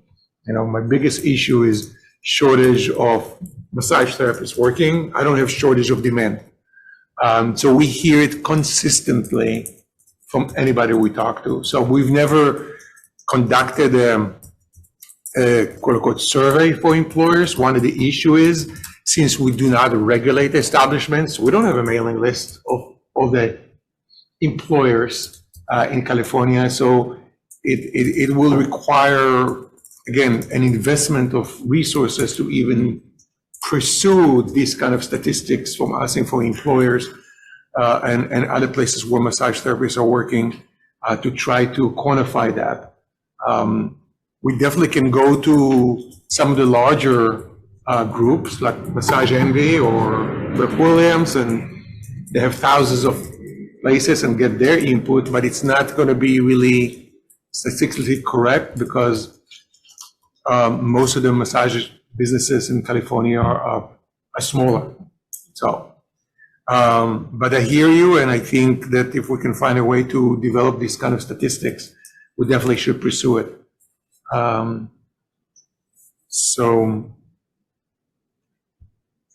yeah, and by the way, that the threshold that we have right now in the workforce career opportunity, they're kind of we looked at, for example, what the American Massage Therapy Association does when they sell the mailing list. They have similar thresholds of minimum of 5,000 or 7,000 names. You cannot buy 1,000 names, okay, from AMTA. There are minimums. And that's kind of pretty standard in the industry of database marketing. But I think creating a more passive approach, like a portal where people can just post openings, that's easy. So then it's become available for everybody. It is something that it's been on our projects that we have in the pipeline to look into doing that. Thank you, Amos. Christy. Is 3 our limit? Do we normally have around 3 strategic priorities? No, we've had more. Okay. I want to make a recommendation that we potentially add one that's very easy, but is very important, and that is maybe adding a priority of increasing our diversity, equity, and inclusion it's super big with the legislature as well right now, and various senators and assembly members who sit on BMP committees. I would be happy to make any recommendations. I don't think it's any necessarily work, but I think it's really important, especially since this industry is so diverse. It's just a way for us to possibly encourage diversity in the community and also acknowledge the industry as it is for being as diverse as it is. I would recommend that. I think it would be good for this board. And I have a ton of information I can share that's just what we do, which is not a lot of staff work or, not a lot of work. It's just, but I think it's an important line to make sure we have that included. Thank you. Technical question for Jill England. Can we add that as a strategic priority since it was not noticed? Yeah, no, I mean, those are the proposed ones. I think we've had a number of other years where you've substituted or taken out or added to the strategic priorities. Somebody can correct me if I'm wrong, but the idea is that, this was clearly on the agenda and that we were going to discuss strategic priorities. So I think it would be okay. Thank you. But that's entirely up to the board, of course. Thank you. I'd just like to make a comment. I like your idea. I think if you want to add one more item, and maybe after we come back from lunch, you can share a specific paragraph. I mean, but the concept is a very good concept. My question to you is, could it just be added to number 3 in terms of workforce development? That it would be so important to maybe add where it says by reducing barriers, that would be inclusive of any type of racial or any other type of barriers that as it pertains to entry into the profession. In other words, could what she just said, could it somehow be phrased where it's just included in the workforce development as opposed to it being a number 4? Because I think it all ties in together. When you're reading 3, it talks about evaluating new ways to open opportunities for more individuals to choose therapeutic massage as a career, and by reducing barriers to entry into the profession. I think right around in there, you could probably add what she's saying, because clearly you're identifying that there are barriers to the entry to the profession, but it's just not labeled as such. I'd agree with that. I totally agree with that. I mean, I think you could, right after the word profession, say, while promoting diversity, equity, and inclusion. To include diversity, equity, inclusion, yeah. Good. Yes. Further comments from the board? Would the public like to comment on the 2 strategic priorities we're considering on page 58? Anybody online wish to comment? Virginia, your line is now open and you may make your comment.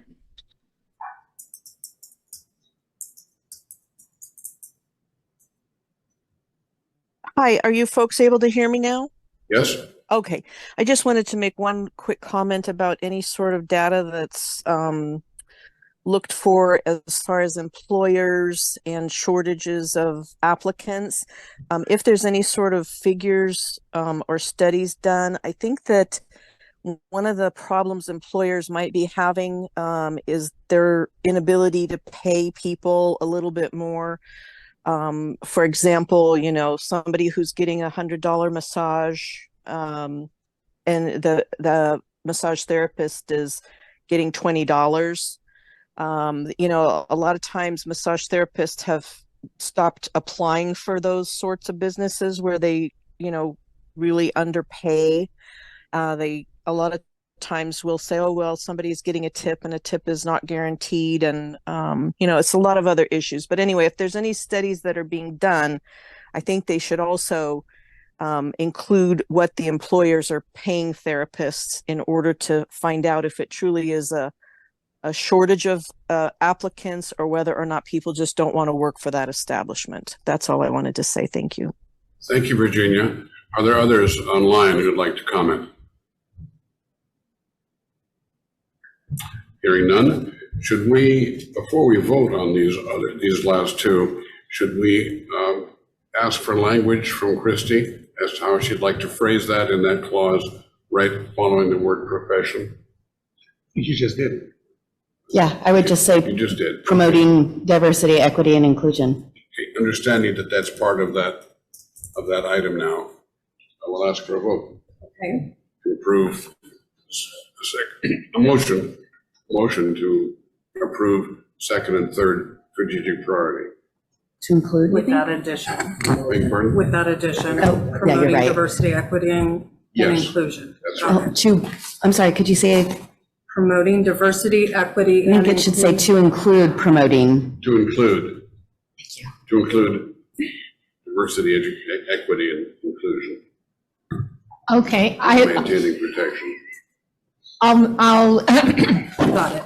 I move that the board approves as strategic priorities, in addition to the strategic priority that we've already approved yesterday, the proposed strategic priorities as amended, i.e.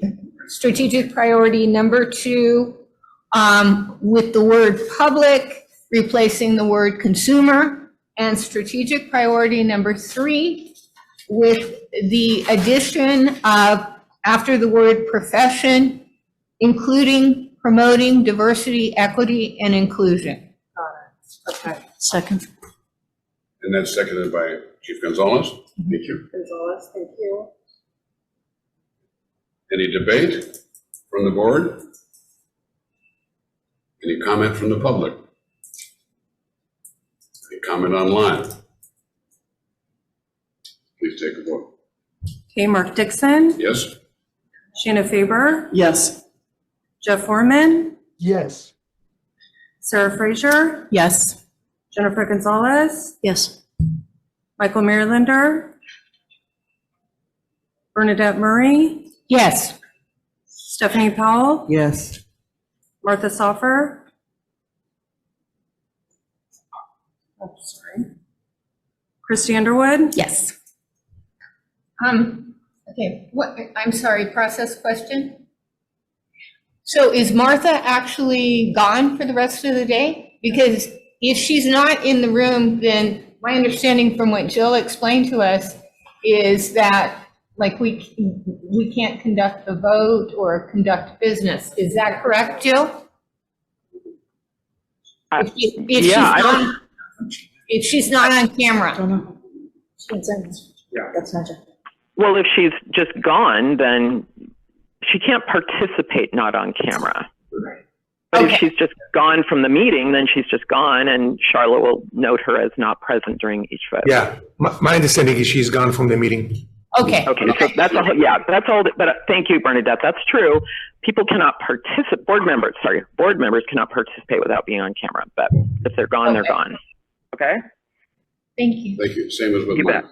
He's left as well. Thank you. So, the board? Oh, I'm sorry, 8 yeses. So that's unanimous.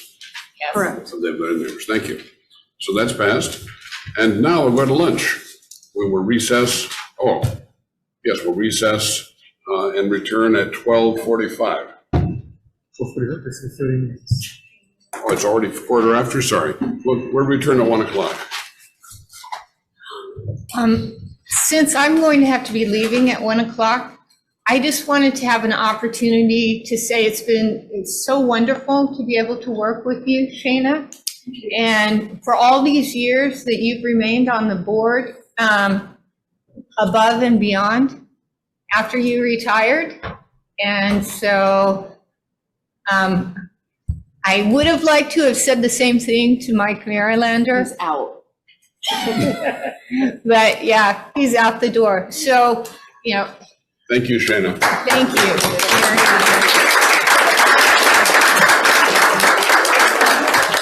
But you can stay for lunch. She's staying until the end of the And the day. rest of the day, She's not right? done yet. Yeah. Still on the You're not that easily. It was a joke.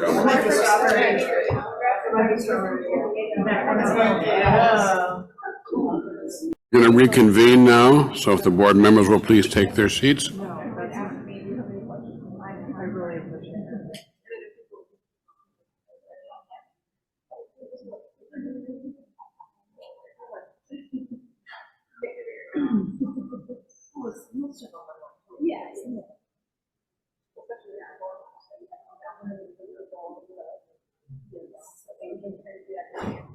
And I wouldn't know.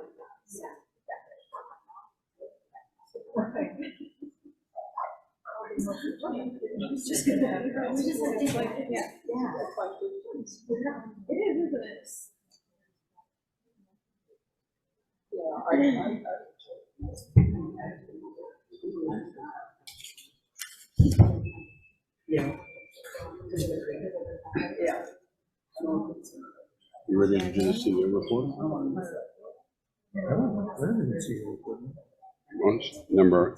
Next item up. We've got this all. Have you changed the order of worship again? 17 is budget.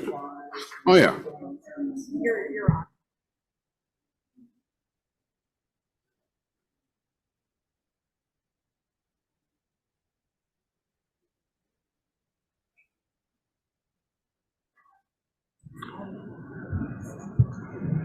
The next item we will look at is item number 17 on page 70, the amended 2024 budget.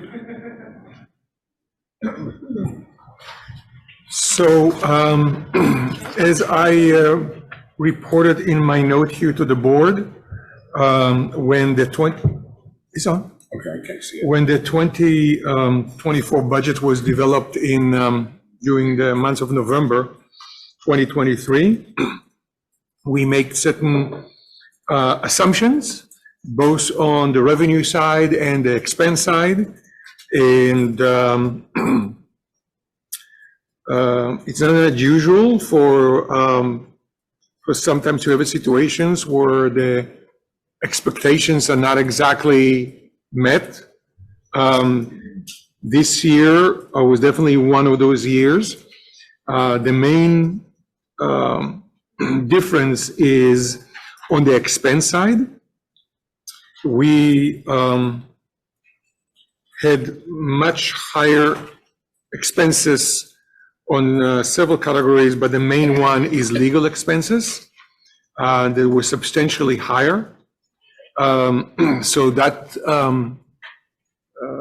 the main reason why I'm bringing back to the board the budget and recommending that the budget for the rest of this year get amended to take that into account.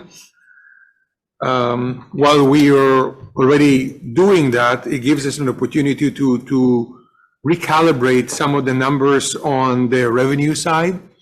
So we adjusted them based on most recent information and expectations that we have.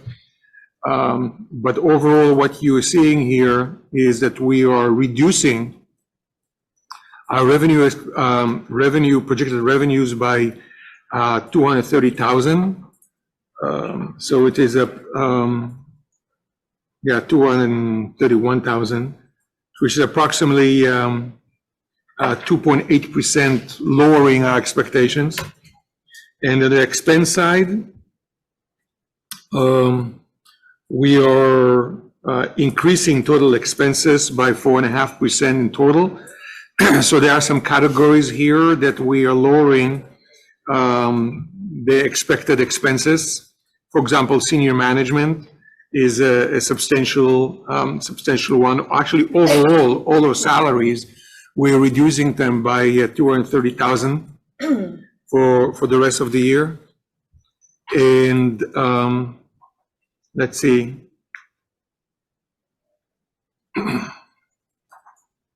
And in order not to drain the miscellaneous contingencies, we're adjusting some other items here, like the communications and outreach.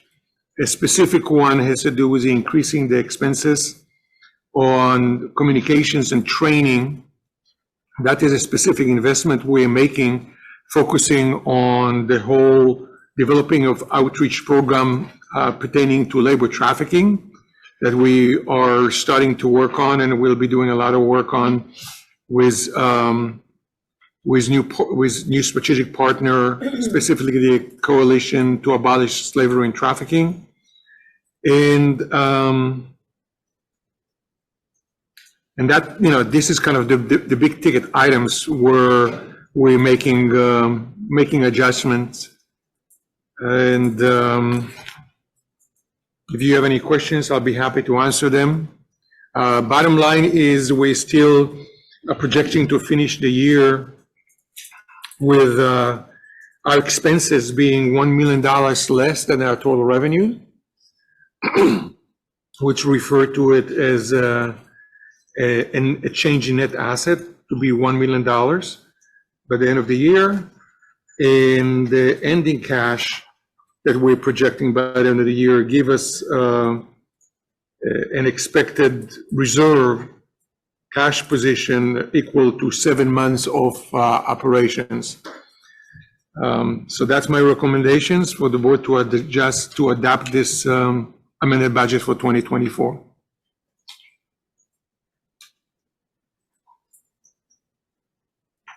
Christie.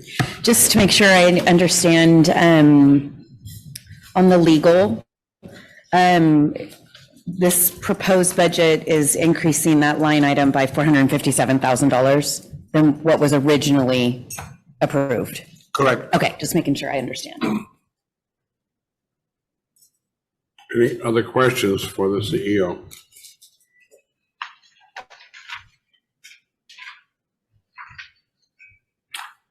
I'll ask for a motion then to approve the amended budget for 2024.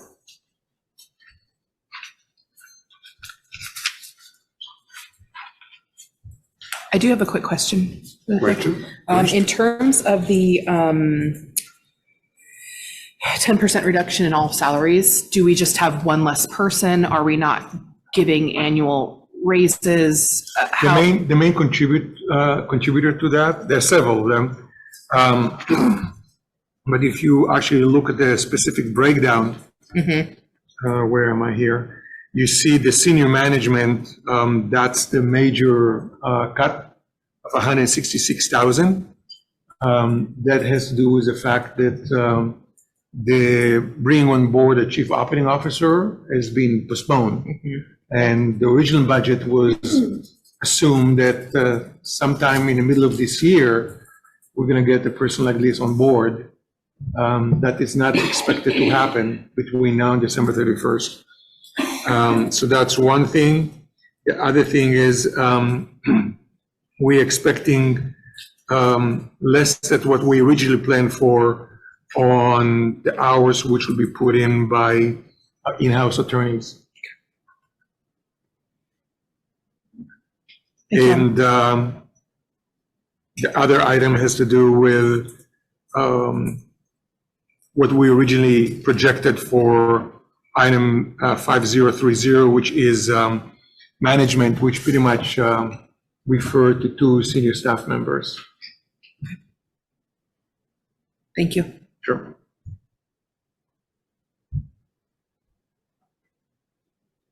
So the chair will introduce, will accept a motion to approve the budget as amended. Martha? Almost from rectification of late fees, is that amount that's what it is, 240,000? So the rectification late fees, we are lowering the amount of money that we will be generating from late fees by $30,000. Okay. We're pleased with that actually, because it looks like people are getting the message that it's a good idea to recertify on time. And so we are seeing a trend of us seeing less people recertifying late. So because of that, we'll generate less in late fees. So it is something that It is good, but it it's is bad. something that we welcome. It's a revenue item, but if we, one of these days, get to a point where we generate $0 a year from late fees, we will be very happy about it. This is not something that we would like to see, so. Be proud of. Yeah, so it's a good trend. I think it's going in the right direction. Okay.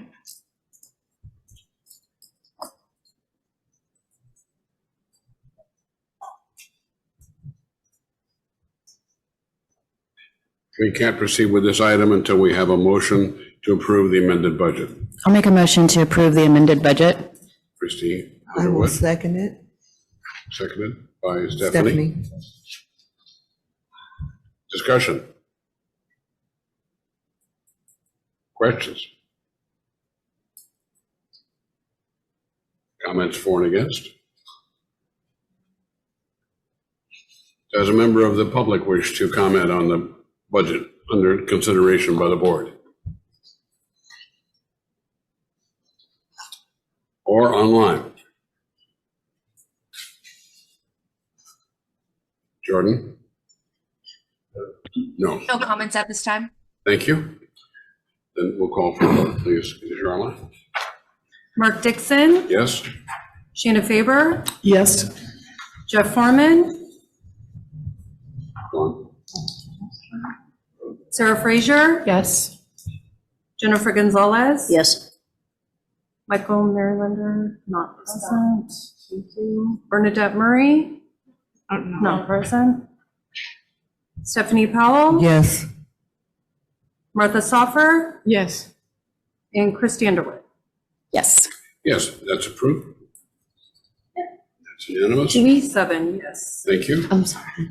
Let's move on to number 19 on page I 73. didn't have a quorum. Consideration of change in benefits for the employees for CAMTC. Want to take that almost? So this is something you see on the board packet every year. In October, the board required to adopt a resolution creating a budget, pretty much a ceiling of how much money CAMTC will allocate toward employee benefits, retirement plan. What you see here is $98,500. This is the board contribution to a 403B. Those of you not familiar with that, is identical to the 401K program. This number does not include any benefit of retirements for the CEO. It's for all the employees but the CEO. And this is like an initial estimate. In the next board meeting, we're going to come back to you with a much tighter number, because our retirement benefit consultants are running the calculations for that. And in December, in case this number for whatever reason will be higher, we'll have to bring it back to the board. But by taking the action you're taking today, you're putting a ceiling, but you're saying it cannot go above that. And last year, I believe it was somewhere around $6,000 less than what we're anticipating for this year. I don't have the number just in front of me, but it was a slight increase, and we believe that that'll be more than sufficient when the consultant actually calculate this specific allocation. There's a very specific program that they have to run that meet federal law on how this 403B plans get implemented. So that's why this resolution being brought to the board to adopt.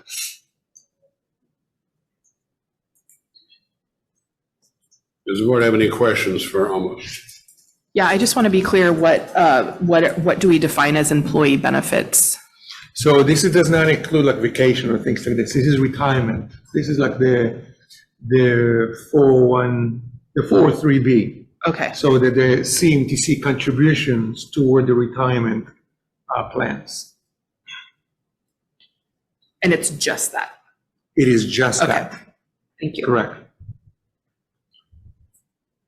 Question, is the 403B plan equivalent to what a commercial employer would call a 401K? Yeah, it's the 401K for nonprofits. Thank you. The 501c3. Thank you. But it is 99% the same. The same, okay. The same concept. Does the board have any further comments? Hearing none, I'll ask for a motion to approve this.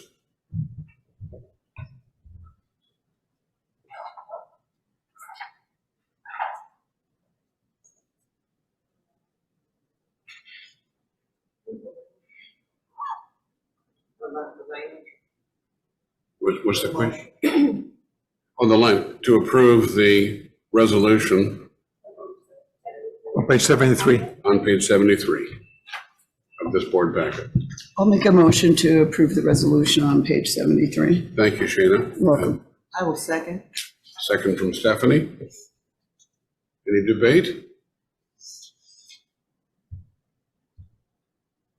Does the public wish to comment on this item?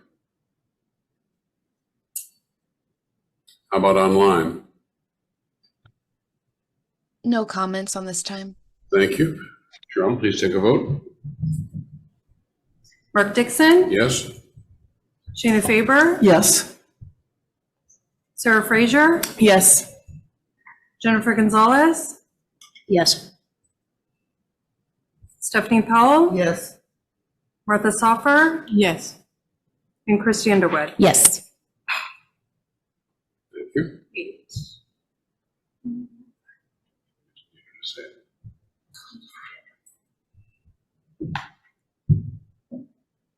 7 yeses. Thank you, Charlotte. Item is unanimous. Moving on, we will move to item 21, which is on page 76. Thank you, 76. Stuck together there. And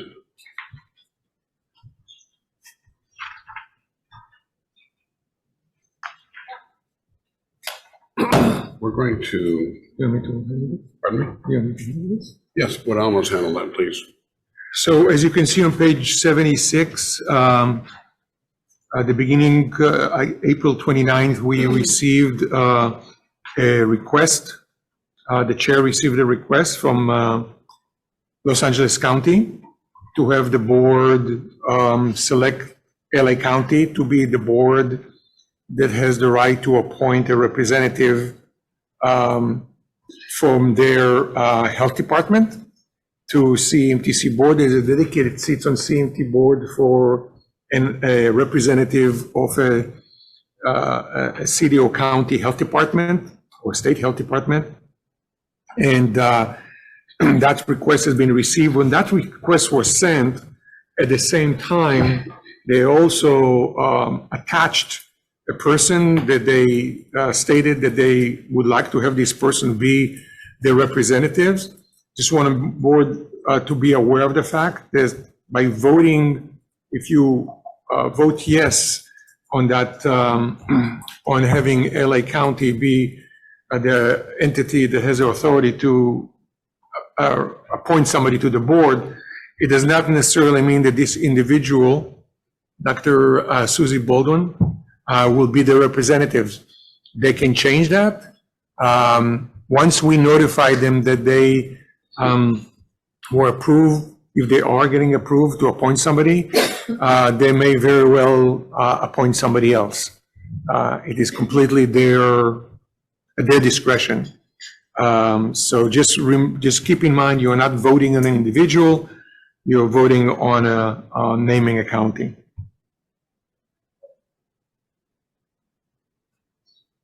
Christy. And that's a requirement for this board to name that entity. Correct. Okay. Correct. Because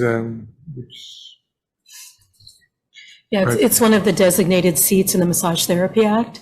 So the process is that CMTC approves a county, and then the county approves the individual. I shouldn't say approves, but appoints. Yeah, thank you, appoints the individual. So all we're voting on here is to designate LA County as the appointing entity. Question? Or you can make a motion for another county. I'm just saying, we have that request. Yes, Senator. So a question is, if not LA, then who? Right? Excuse me? If not LA County, then which county? 57? Any county this board Any county but chooses. San Mateo. Is that right? And it's because of the vacancy created recently. I'm sorry? So, yeah, right now, go ahead. Oh, yes, because the current county cannot be an appointing county, the one that the board has previously chosen currently.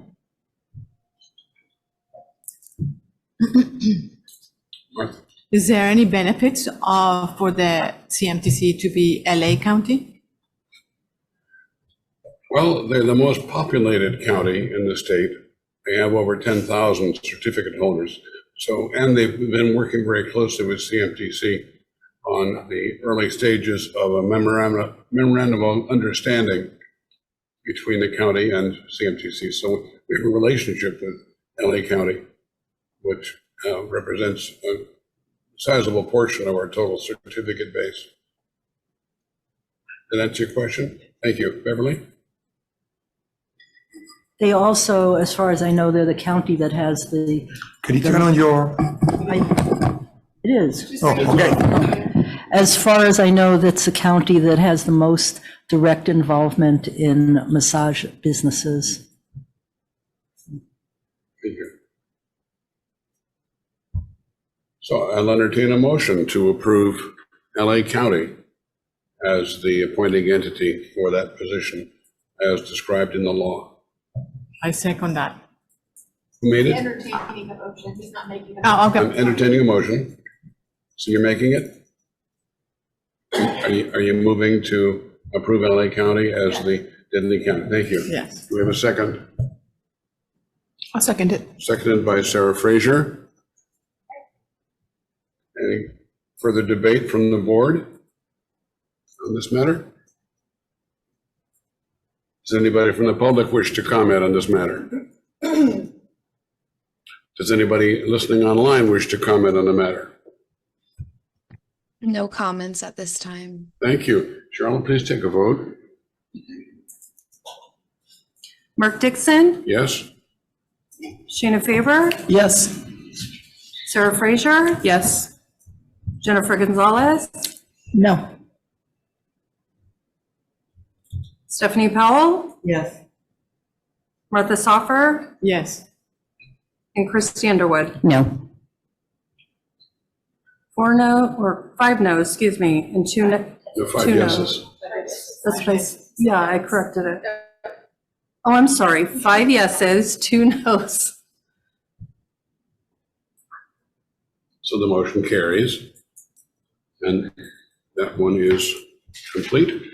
We'll move on to item 22. So in 22, I'm going to ask to hold off on it because I'm trying to get online the auditor. It would be helpful to actually have the auditor be here. Good. So we're going to continue to. We'll move ahead then to 23. Yeah. 23 is on page 115. And 23 concerns the report by the delegate, that's myself. I've been attending annual meetings of the Federation since 2012. This last one we completed in DC this last week was my 9th attendance at a Federation annual meeting. And I have to say it was about the best presented and produced the best value for us of all the meetings I've attended. The speakers were excellent. There was no controversy or conflict, and a very, very effective meeting. 38 states and the Puerto Rico were represented by delegations of the approximately 45 who regulate massage. And one of the most notable items of business was that we voted to rescind last year's resolution by the Federation's board, which called for mandatory completion of a massage program before one could sit for the MBLEX. that meant that if somebody was taking a 1,500-hour program, even after they completed all the required competencies at 500, they still couldn't take the MBLEX until they completed that 1,500-hour program. So they made that choice last year and decided to rescind it this year. So that change opens up people who previously could not sit for the MBLEX in California, for instance, if they were taking a 750-hour program or longer. It opens up opportunity for them to take the MBLEX and to become certified at the 500th hour.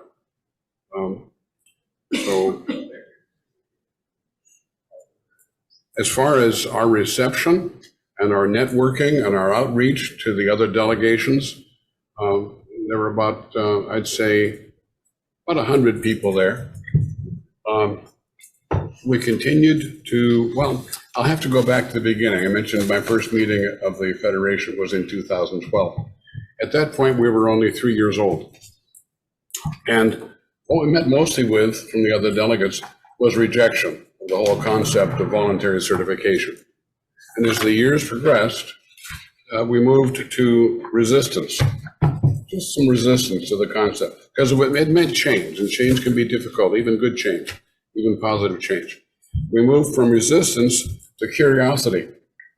And as we were better able to communicate our mission and our purpose and function through the work of Joe Bob, Beverly, Rick, Amos, and myself, it moved to buy-in. And now I think we've reached the stage, if this is a legitimate scenario I'm presenting, we've reached the stage of envy. We're the envy of a lot of states across the country because we're so nimble, so autonomous, so able to create and execute our own policy that we've become the envy of a lot of states who are a good deal more than curious. They want to copy some of the aspects of our government relations interface with legislators, some of the aspects of our law enforcement relationships, which does not exist in most states. And they certainly wanted to know more about our certification process, our background checking, our accountability to keep up to date with one's particular predicament as a therapist, and the educational programs and approval of schools. A lot of states state boards don't have the ability to approve the schools of the people who are licensed under their jurisdiction. So we were very well received, very warmly received. More than any other meeting I've attended, we made direct contact with almost every single delegation, every single state board, direct personal contact with conversation, with exchange of contact information, with promises to get back to them. Now we have something that's been denied to us since day one, and that is an effective database of contacts of our counterparts, the chairs. Now I'm in direct contact with the chairs, the people who handle education, the people who handle government relations, the people who have any interest in law enforcement interface, all have people that they know they can contact. They approached us this time. So we didn't have to do any selling. We just told our story. Oh, by the way, Rick sat on a panel and offered some very helpful insight as to his function as our law enforcement specialist. And Beverly met with a lot of people interested in government. I met with a lot of chairs of other state boards. So it was a very effective networking mission this time. We didn't offer any bylaws changes. We didn't offer any resolutions.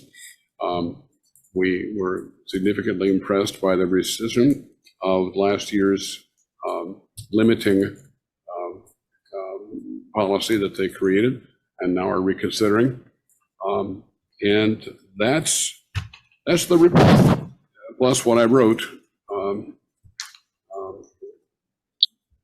plus the mention I made of it in my chair's report to the board. And that completes my part. Oh, and there's also, you can look at the agenda, see what we talked about. It's in the board packet starting on page 115. So that completes that. We'll move on to 24. Question? Yes, almost. Please take 24. So last year, there was a resolution which was offered by the state of Washington to the Federation for them to, I'm going to oversimplify something here, but it pretty much says that in order for you to be qualified to take the NBLEX exam, you must complete a massage program. And the issue on the face of it, it sounds, makes a lot of sense. Why not? The issue is that it created a scenario where if somebody, let's say a state has a requirement of 500 hours for the person to apply to either be licensed or certified, whatever the situation is, and they meet that requirement, which is in the law, by adopting that particular resolution from last year, it actually make it impossible for the person to apply to take the exam, and because of that, to actually get licensed in that state. So actually, originally, we were going to, at the time, Mark couldn't be there, so I was the alternate for the delegate, so I was a delegate. I was originally going to vote for it, but after having a lengthy discussion with Joe Barber, we realized there is a problem here. So I discussed it with the delegates, tried to explain our position, why we're opposing it, and we think it's a bad idea.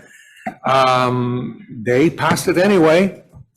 And then when they started to try to look into implement it, they realized there's a problem.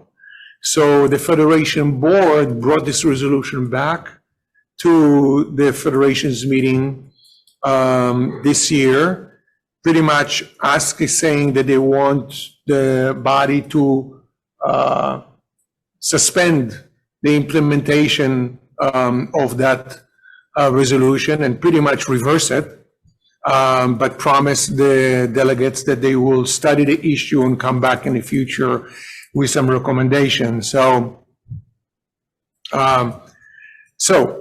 what happened last year on October 11th, when we had the meeting in Napa, I recommended to the board, staff recommended to the board to unapprove the NBLEX because it created a situation that in the event that the legislature in California decide to lift the suspension of the exam requirement, it will be creating a problem because our law does not say complete. It does say if somebody meet specific educational hours, a specific core curriculum, then they're qualified to sit down and apply for a certification. So because of that, this board voted to unapprove the NBLEX, and because of this requirement which is going to be implemented. Now, when the Federation adopted a reversal of that other resolution, I'm recommending the board, for this board, to reverse its unapproval of the NBLEX for the California use, and to go ahead and reverse the October 11th decision to unapprove the NBLEX and go ahead and approve it. So that's my recommendation. Joe Bob, do you have anything to add to my recommendation? Sure. So I fundamentally, I disagreed with it last year when it was passed because I thought that it discouraged people from taking, or had the potential of discouraging people from taking a longer program. If you can't work until you graduate from a 750 or 1,000-hour program, and your state's 500 hours, you'd be like, well, I will go to this 500-hour program over here so I can work faster. But more importantly, it conflicted with our law, which says that the applicant has successfully completed the curricula in massage and related subjects totaling a minimum of 500 hours. So our law was very clear and intentional that it did not require graduation from a program. So I think the driving factor last year when I sort of presented the reasoning behind it was that it was in conflict with our law. Now then that it's been rescinded, then I absolutely think that we should have the NBLEX back as one of our approved exams.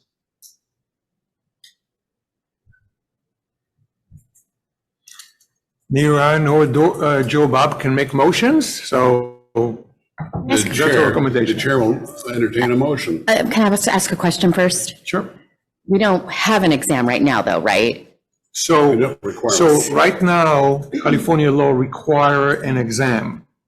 However, the legislature suspended that requirement until January 1st, 2027.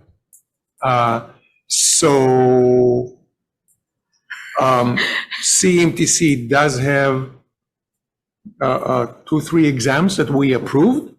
MLEX was one of them. So it's kind of almost like two separate issues, but right now there is a suspension on the requirement of an exam.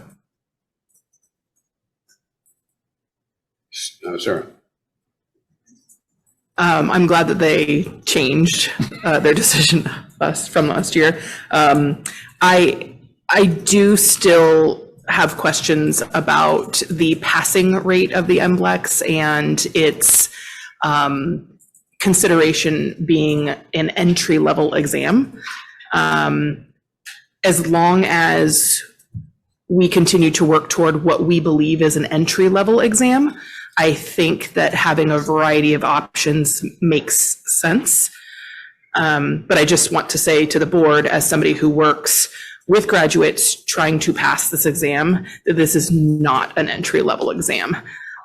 So that's the wide belief on this. So I think that we could only benefit from having several options, and MBLEX is widely accepted across the United States as an exam for licensure. So it makes sense. I just, as we move into consideration, if we are to move to testing, I do think that this board should talk more about what is fair for massage therapists as it relates to what exam is considered entry level. Thank you, Sarah. What has been passed out here is a copy of the resolution passed out during the meeting of the Federation last week. So you know exactly what it called for, including the therefore be it resolves. So you know more now about what they actually stipulate. So the chair will entertain a motion to approve. Go ahead.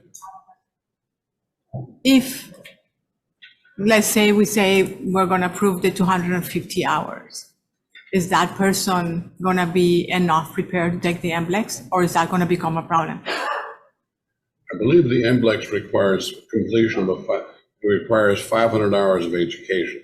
Okay. Correct. So yeah. So if the legislature will create a 250 hours option, unless the federation changes that, they will not be allowed to sit to take that exam.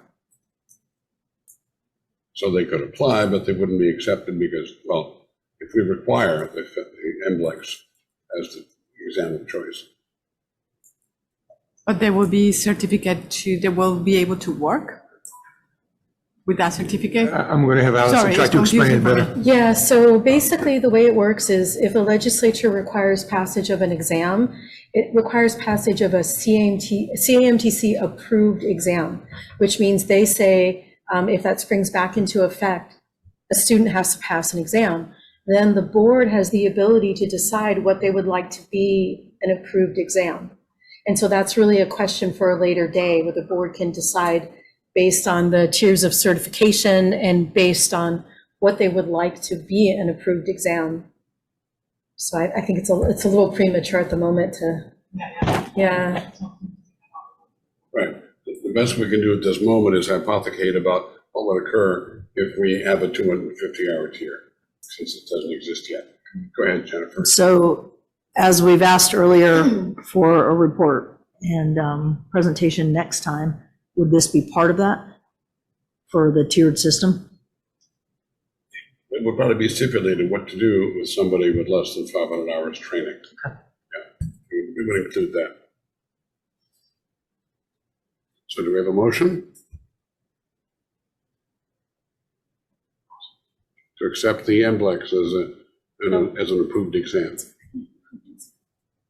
No, the board unapproved it a year ago, on October 11th, the board unapproved it. You're right, I'm sorry. And I'm recommending now to the board for the time being, because of the reason why the board chose to unapprove it on October 11, 2023 is because of this.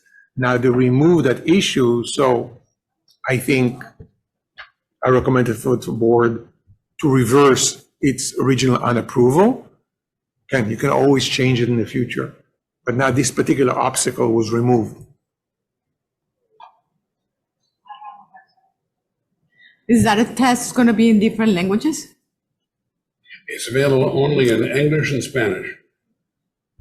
And the reason for that is that the only other entity requiring the exam, which is Spanish speaking, is Puerto Rico, and they're a member of the Federation. Sarah? Martha, that's a great question because it's an ongoing issue with the availability of it in other languages.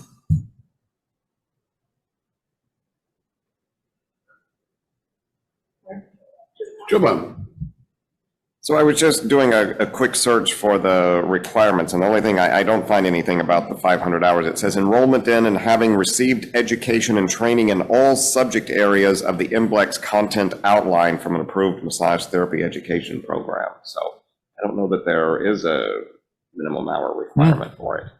But I can dig deeper into that, but that's just a quick search of their education policy. Thank you. So the motion would call for acceptance of the MBLEX as one of our approved exams. Does anybody wish to make that motion?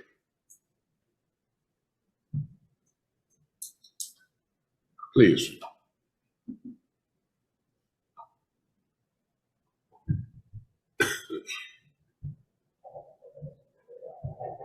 Hearing none. You can make a motion. I can make a motion, hoping for a second. I will move that CAMTC accept the MBLEX as one of the approved exams for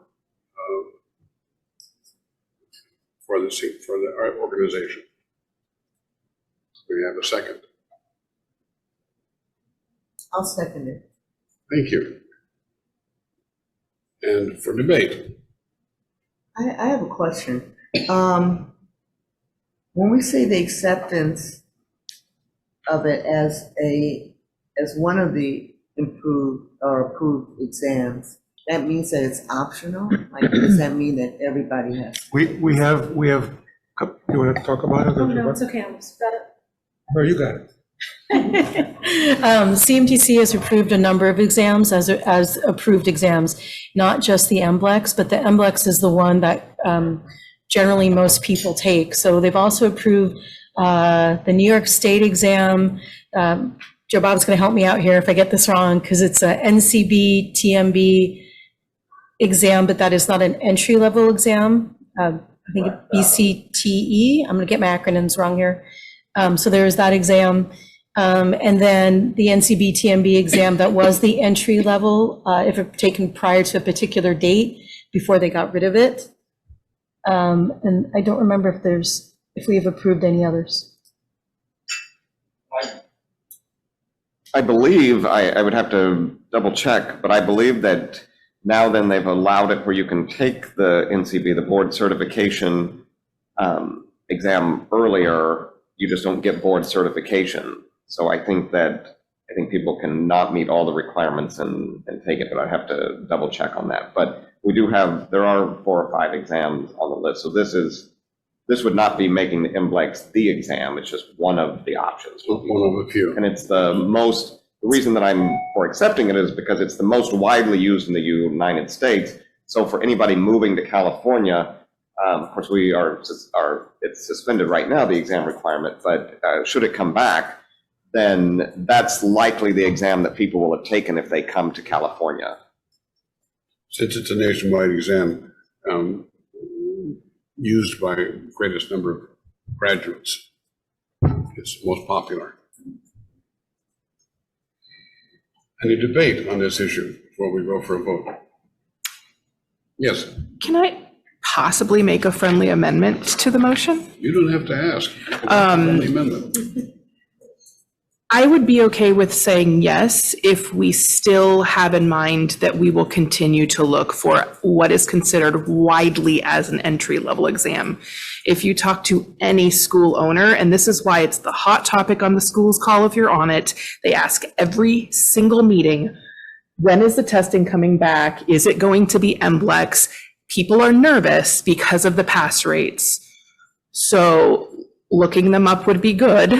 But I think my friendly amendment would be to accept it, but that the board continues to seek out options that are considered widely as an entry-level exam. And if that means, and it was brought up the other day, that we come up with one that CAMTC comes up with an internal testing process that we accept as entry-level, then that might be the route we have to go. But NBLEX is the most prevalent. So I think for other reasons, it makes a lot of sense. But my friendly amendment would be to accept NBLEX back into our testing list, approved test lists, but that the board continues to search for something that's more entry level. I think the word accepts rather than requires answers your question. We can continue to search for exams as long as they're produced. Fair enough. So if we're not restricted from seeking other exams by this motion. All we're doing is moving to accept it as one of the approved exams. It doesn't preclude other exams at all, and doesn't limit our search for additional exams as they're developed. And it's possible, as our profession needs to grow, that there'll be more exams available. So I won't accept the amendment with that understanding. Yeah. Okay, thank you. Any further debate? Martha? I just want to understand, the person to get the certificate to work needs to pass this test or the other test to be able to work?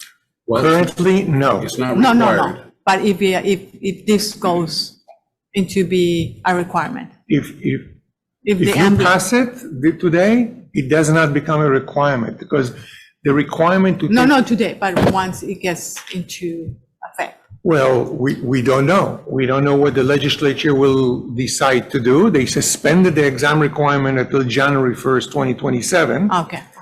So right now, there is the exam requirement in California is on hold until 2027. Okay. Next year, they may change it. They may say no exam ever. They may say we may extend it until 2030, or may say we're going to bring it back January 1st, 2026.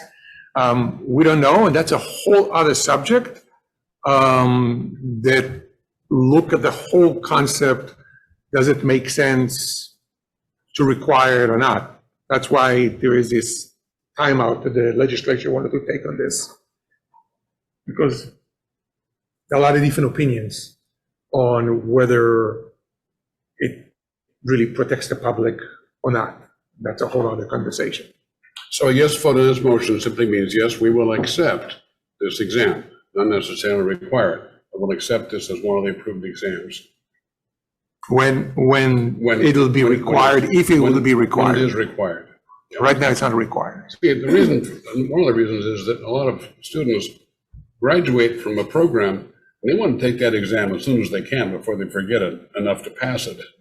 So they're eager to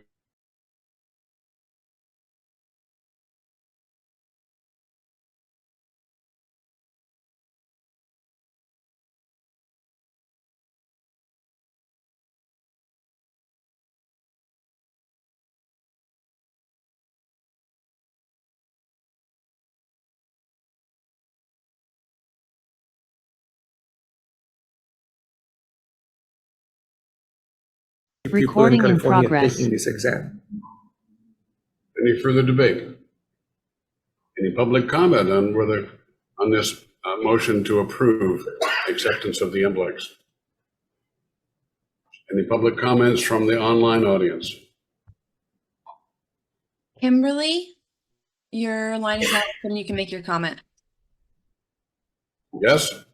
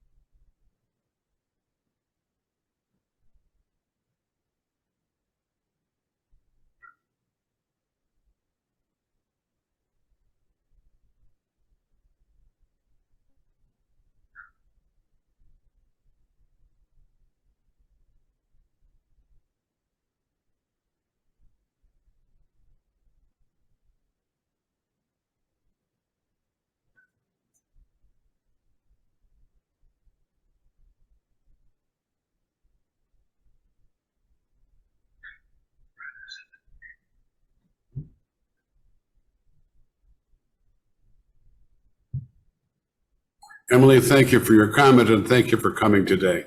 We appreciate the involvement of the profession. Any other public comment from online? No further comments. Thank you, Jordan. Will you please take a vote? Mark Dixon, Yes? Shayna Faber, Yes. Sarah Fraser, Yes. Jennifer Gonzalez, Yes. Stephanie Powell, Yes. Martha Stoffer, Yes. and Christy Underwood. Yes. Board? 7 yes. It's unanimous. CMTC approves AMLEX exam now. Next item.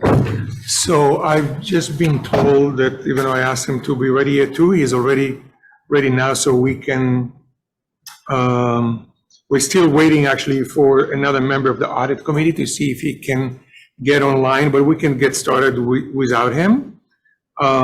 So can you suggest we take the audit committee report? Yes. And can you please let Ron Lay, our auditor, into the room? Where is that? Yeah. He's in the meeting now and looks like he just unmuted. Hello, everybody. Can you hear me? Yes, Ron, welcome back.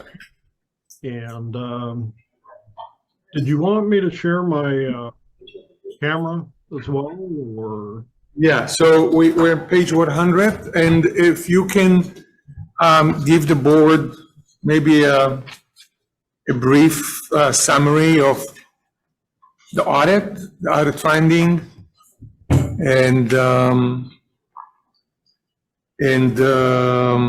then of course be open to ask any questions. Excuse the interruption. Ron needs to be on camera to participate. No, he's not. He asked if you want him on camera. Does he need to be on camera? Okay. No, wait. No, he's not required to be on camera. He does not have to be on camera. Excuse That's the only for interruption, board Ron. members. Thank you. Excuse the interruption. Go on ahead. Yes. As part of our audit, we performed a variety of planning procedures, including risk assessment, various inquiries, and walkthroughs, and testing of internal controls over key transaction cycles, such as cash disbursements, payroll, and cash receipts. In addition, we performed various substantive audit procedures, including independent confirmations of third parties to confirm certain year-end balances, including cash, investments, and certain revenues. We also performed various ratio and variance analysis and detailed testing or of certain balances where we reviewed the underlying documentation. As a result of our audit, we issued 2 documents that we're presenting today. The first is our independent auditor's report with the attached financial statements and our required communication letter to the board. Excuse me for interrupting. Ron? Yeah. This is an open meeting, so that communication to the management and the board is separate. It's not presented here today. Okay. All right. So we're just going to focus on the financial statement. Yeah. Okay. Very good. And Thanks so much. I pull up, I had things in a little different order there. Okay, now I got it. And okay, so with respect to our audit report, that's contained in pages 3 through 5 of the document. We have issued our report. Our opinion is unqualified and unmodified for the organization. And the related statements of, includes the related statements of activities, cash flows for the year ended, and the related notes to the financial statements. In our opinion, On the financial statements, we express what's considered an unmodified, unqualified opinion, meaning a clean opinion of the financial statements, if they're presented fairly in all material respects, the financial position of the California Massage Therapy Council as of December 31st, 2023, and the changes in its net assets, cash flows for the year then ended in accordance with accounting principles generally accepted in the United States of America. And our report, goes on to talk about our basis for our opinion, the responsibilities of management, the auditor's responsibilities as part of the audit, for the audit of the financial statements. And, our report was issued on September 30th, 2024. And just kind of go through the highlights. I gotta expand here. So our statement of activities and changes in net assets, which are reflected on page 7 of the report, show that we had an increase in net assets for the council of $1,399,640 for the year ended December 31st, 2023. We had total support and revenue of $7,980,000, expenses of $6,580,000. That added to our beginning net assets balance of $1,855,000, gave the council an ending net assets of $255,000.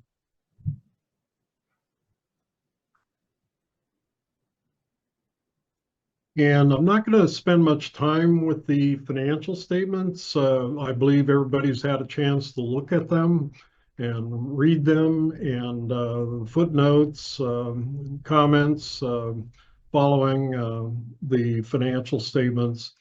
So, at this point, I'd like to open up, that's pretty much the presentation of the audit and the results, and we'll go from there.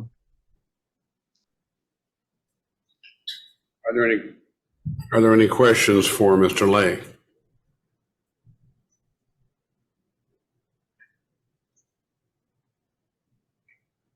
No?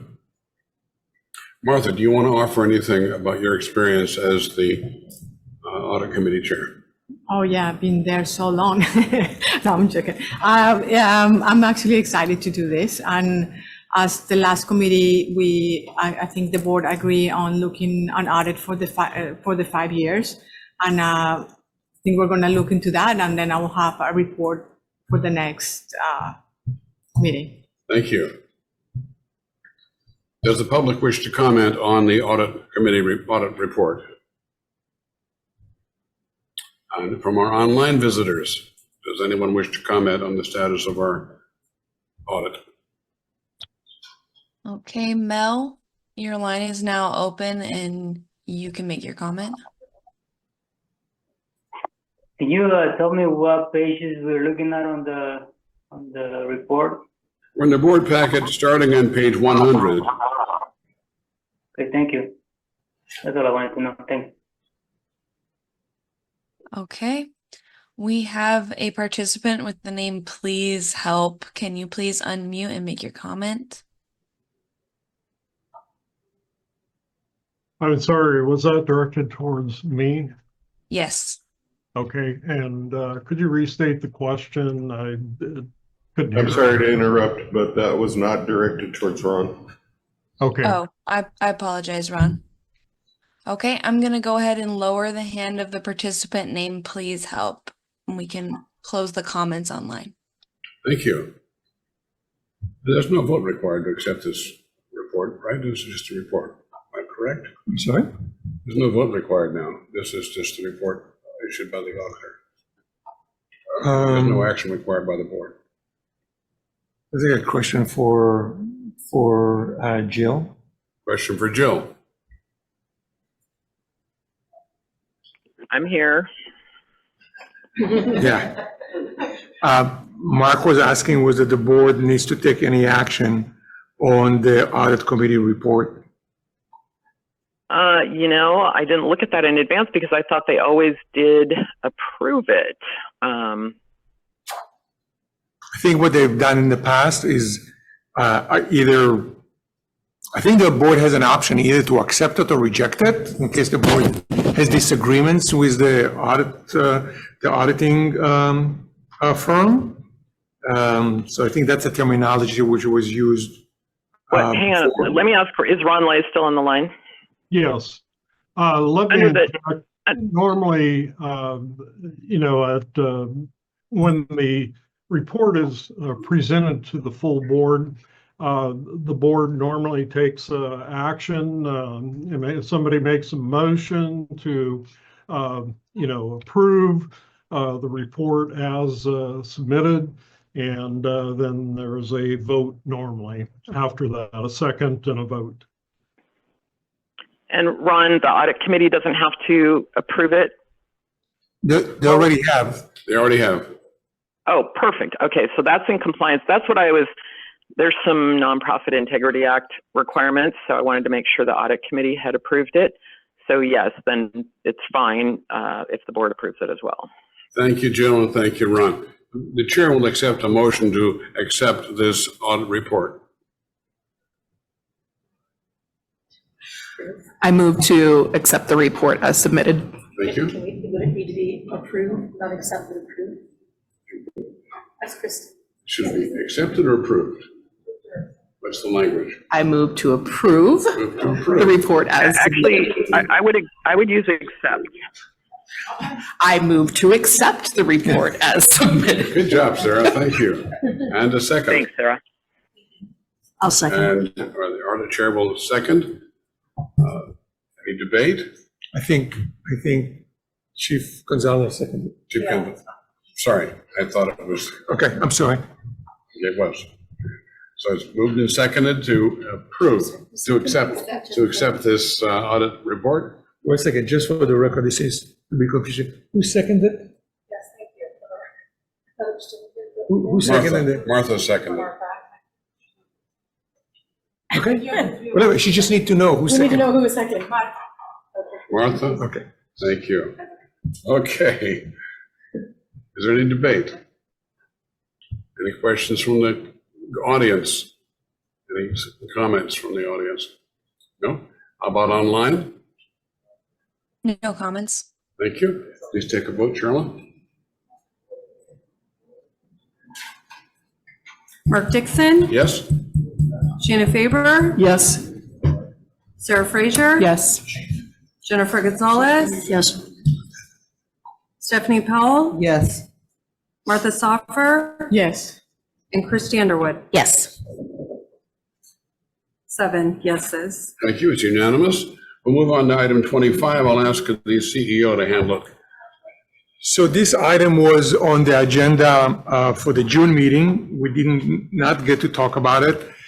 There was a very, very hefty insert into the board packet that summarized the findings or summarized the outreach program that we did to get input from stakeholders in 2023.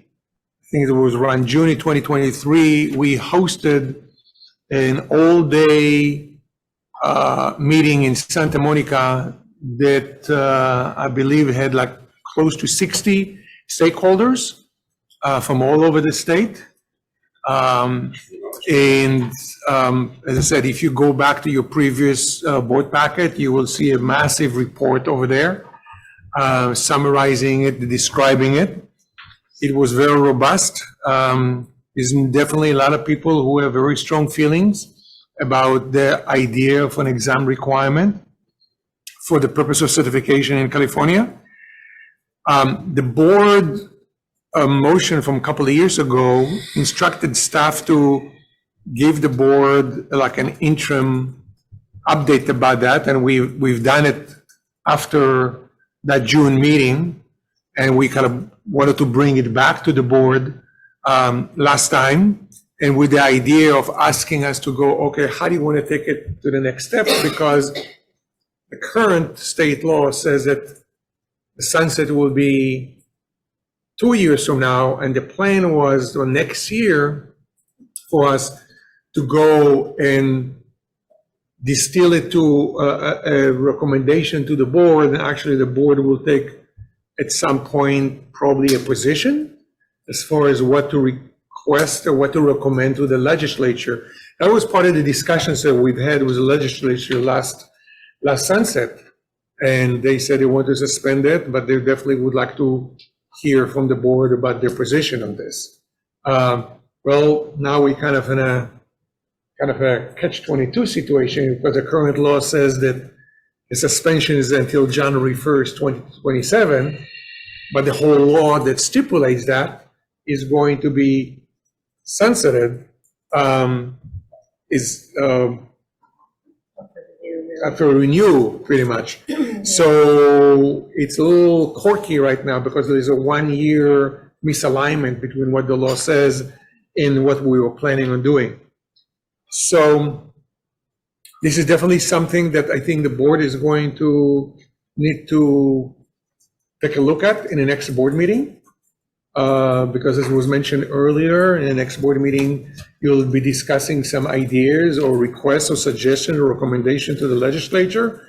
And it can be, yeah, we think it's a great idea, we should bring the exam back as soon as possible, or we think it's a lousy idea, there should never be an exam, or it can be a whole other thing and maybe need to be another study, maybe there need to be changes.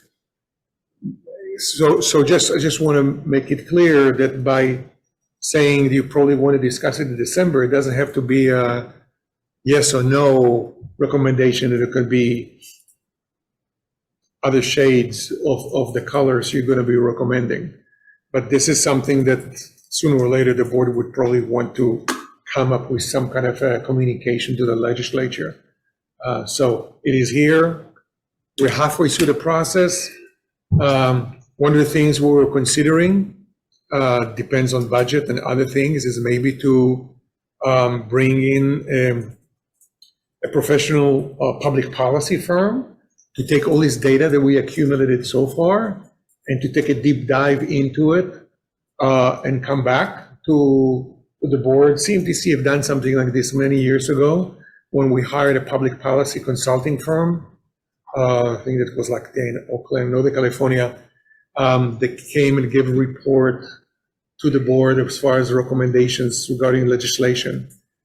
You don't have to do that, but it's an option. Another option is to ask CMTC staff to report what findings do we see, what kind of evidence do we see pertaining to the exam, one way or another. And of course, staff will be happy to share it with you. But I just thought it would be important to put this in the agenda because, as I said, sadly, the goalpost was moved a year earlier. And so it is something you probably would want to take a look at in the next board meeting. And I don't know if you want us to include in the next board packet again this entire massive document. We're happy to do that. Or people can just go to the previous agenda board packet or go online. It's posted online. You can see it there too, with all the comments and all the inputs that we got. Plus it's kind of an update to the board and not asking for specific action. Unless you have questions. Sir. I guess as we're writing the document that needs to be submitted by January 6th, would we need to make recommendations within that? Like would our our decision around testing need to make it in there. Because if that's the case and the document's due in January, we probably should put it on the next board meeting to talk through. Yeah. For sure.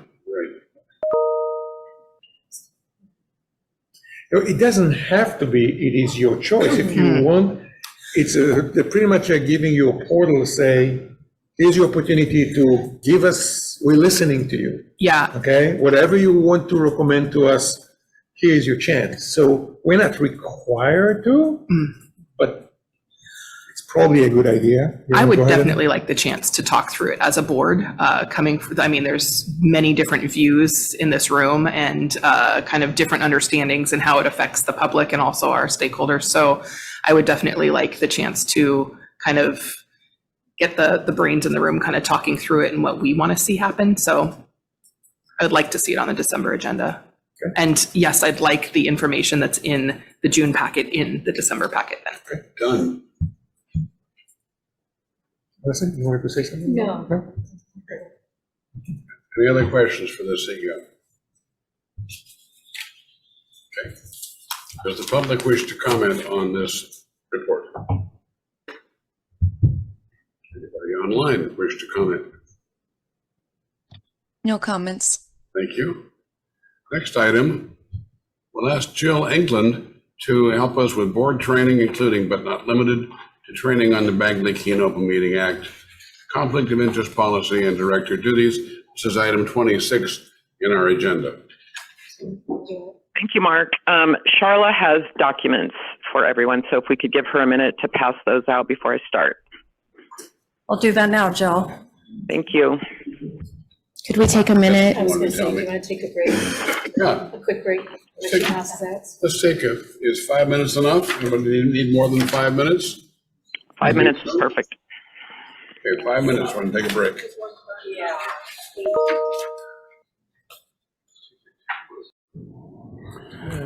Jill, are you back with us? Great. Jill England, you back with us? I'm here, Mark. Okay, great. Would you please lead us through an explanation of Bagley-Keene, confidentiality, and the director orientation? Yes, I will. Everybody should have 4 documents that Charla passed out. The first one is the lengthiest one, and that is a current copy of the Bagley-Keene Open Meeting Act. So hopefully everybody has that. I think it was 25 or 6 pages. And we're not going to go over that exactly, but I am required to give you a copy of that every year. So now you have it. I will, by the way, email these 4 documents, Mark, to the people that are absent. Thank you. Yeah. So the first one is we'll go over the Bagley-Keene Open Meeting Act summary that I did.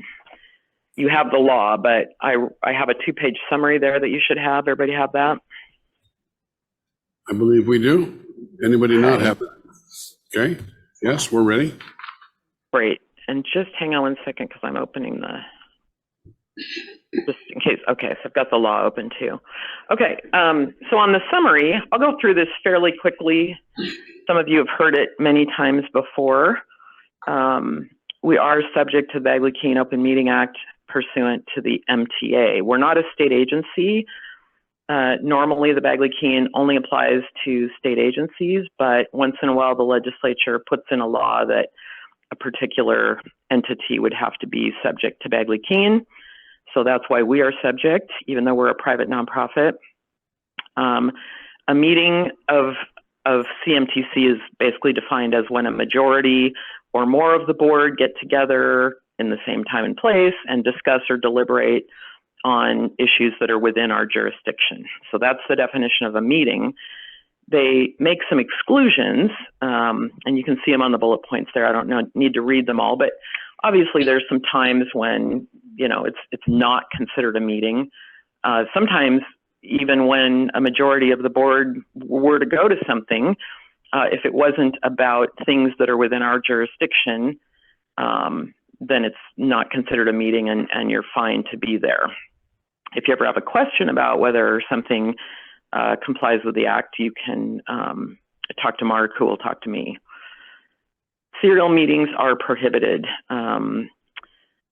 Certainly not my clients under the Bagley Keene, but I know this is one, these serial meetings are ones that are often violated, probably not on purpose, but it's just, you have to keep this in mind that, you know, it's going to be considered a meeting if a majority or more of the board are, you know, talking on the phone or meeting at the local diner, or sending emails among each other and talking about CMTC issues.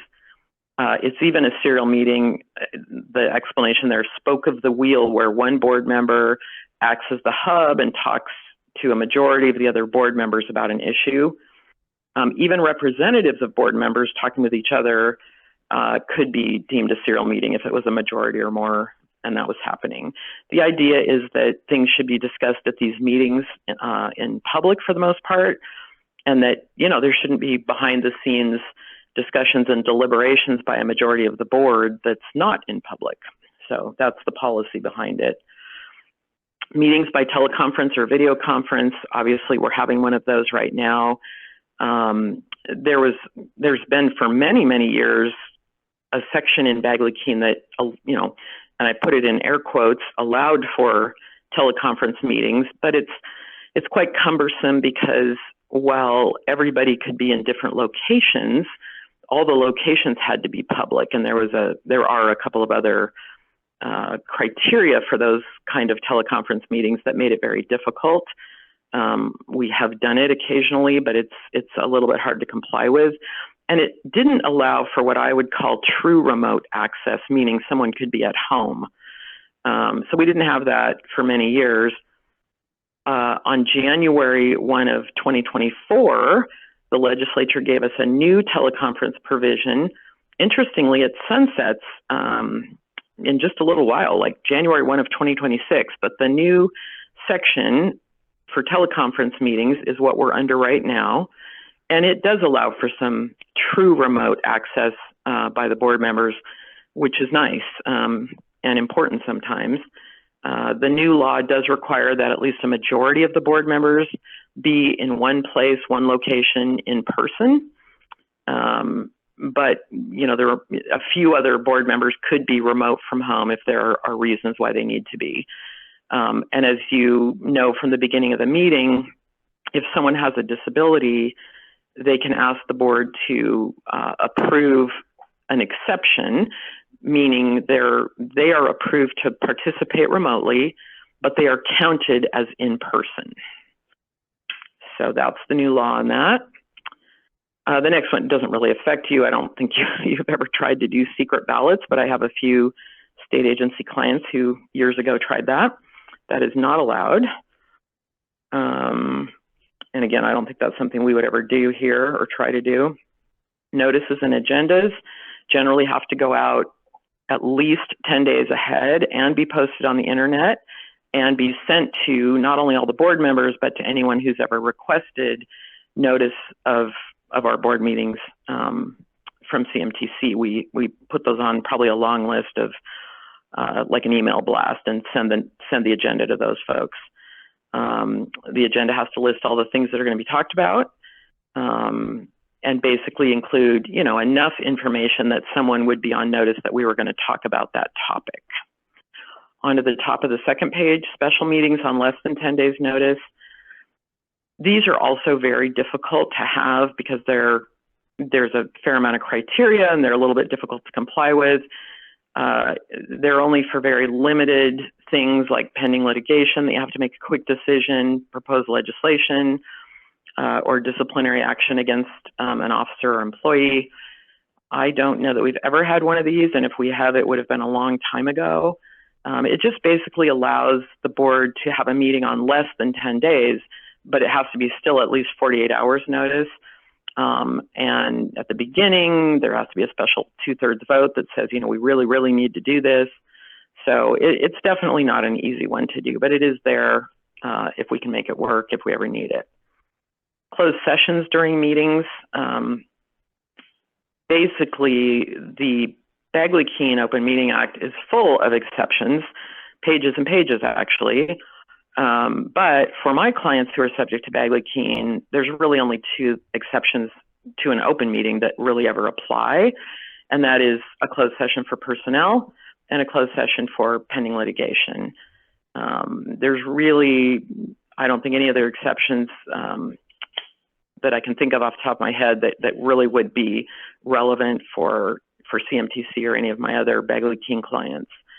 So those are the reasons that we go into closed session, to talk about employees or to talk about pending litigation.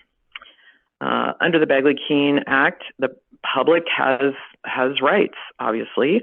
They have a right to attend any meeting that's not closed. They can't be required to register or sign in or even say who they are. You'll notice at the beginning of our meetings, Mark asks if anybody would like to introduce themselves, but nobody has to. You can't hold a CMTC meeting in a facility, that in any way is discriminatory or, isn't accessible to the disabled, that kind of thing. You can't hold it at a facility where someone would have to pay a fee to get in. The members of the public obviously get a chance to comment on agenda items before they're voted on, and we do that. CMTC can't prohibit criticism of its policies and activities, and certainly public comments, people say all kinds of things, and I know that we don't prohibit it. People are allowed to have their 2 minutes regardless of what they want to say. And then the board packet and documents distributed during the open session are available to the public. Okay, so any questions on that handout?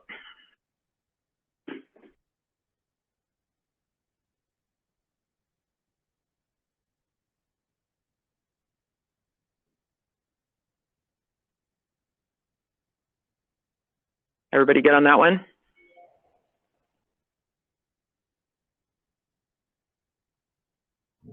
It appears so. Okay. So let's go to the conflict of interest policy. You should have a 3 or 4 page document titled Conflict of Interest Policy. Was actually passed just about a year ago. Many years ago, we had a different one, but over the years, I've learned that there is a conflict of interest policy that actually the IRS likes. It's the one that they give as a sample and an example for 501c3s like CMTC. And so last year I suggested and the board adopted this conflict of interest policy that you see in front of you because it's, again, the one that IRS recommends, I guess, or gives as the example. And so, if you were ever audited by the IRS, they'd be happy to see their form. I tweak it a little, I change it a little bit from the sample, but basically it's what the IRS would want to see. It talks about the fact that board members need to recuse themselves. Well, they need to disclose if they have a conflict. Conflicts generally being described as financial conflicts. That something that the board is voting on affects you as a board member in a way that's different than the rest of the universe, so to speak. So obviously there are things that the board votes on that, sort of tangentially affects you financially.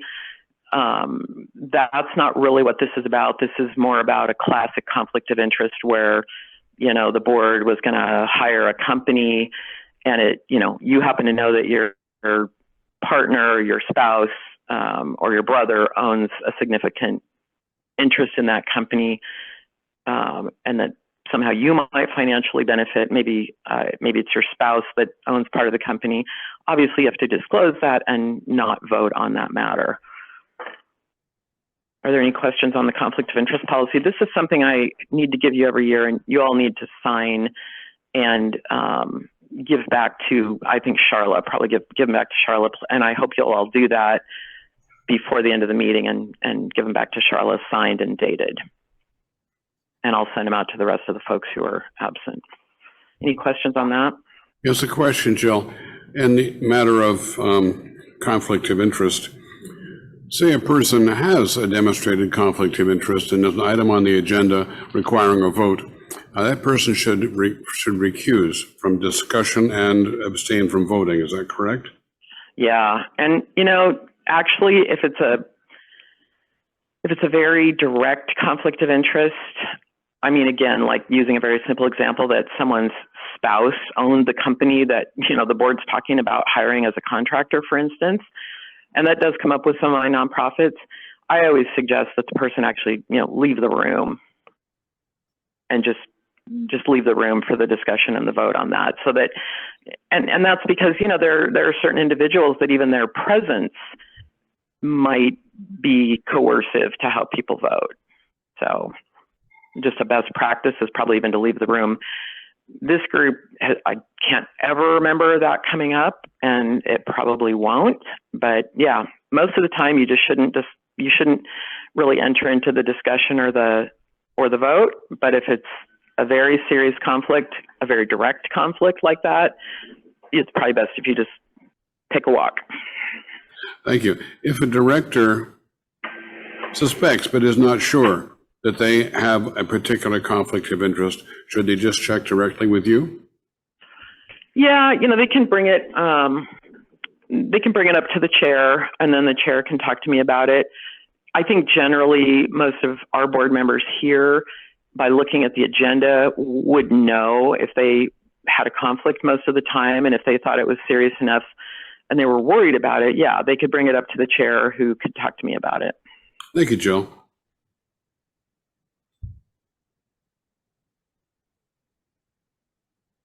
Anything else?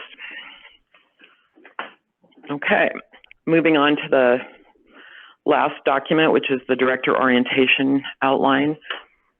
This is just something I put together many years ago because so many of my nonprofit boards, clients, people haven't served on a 501c3 public benefit corporation before.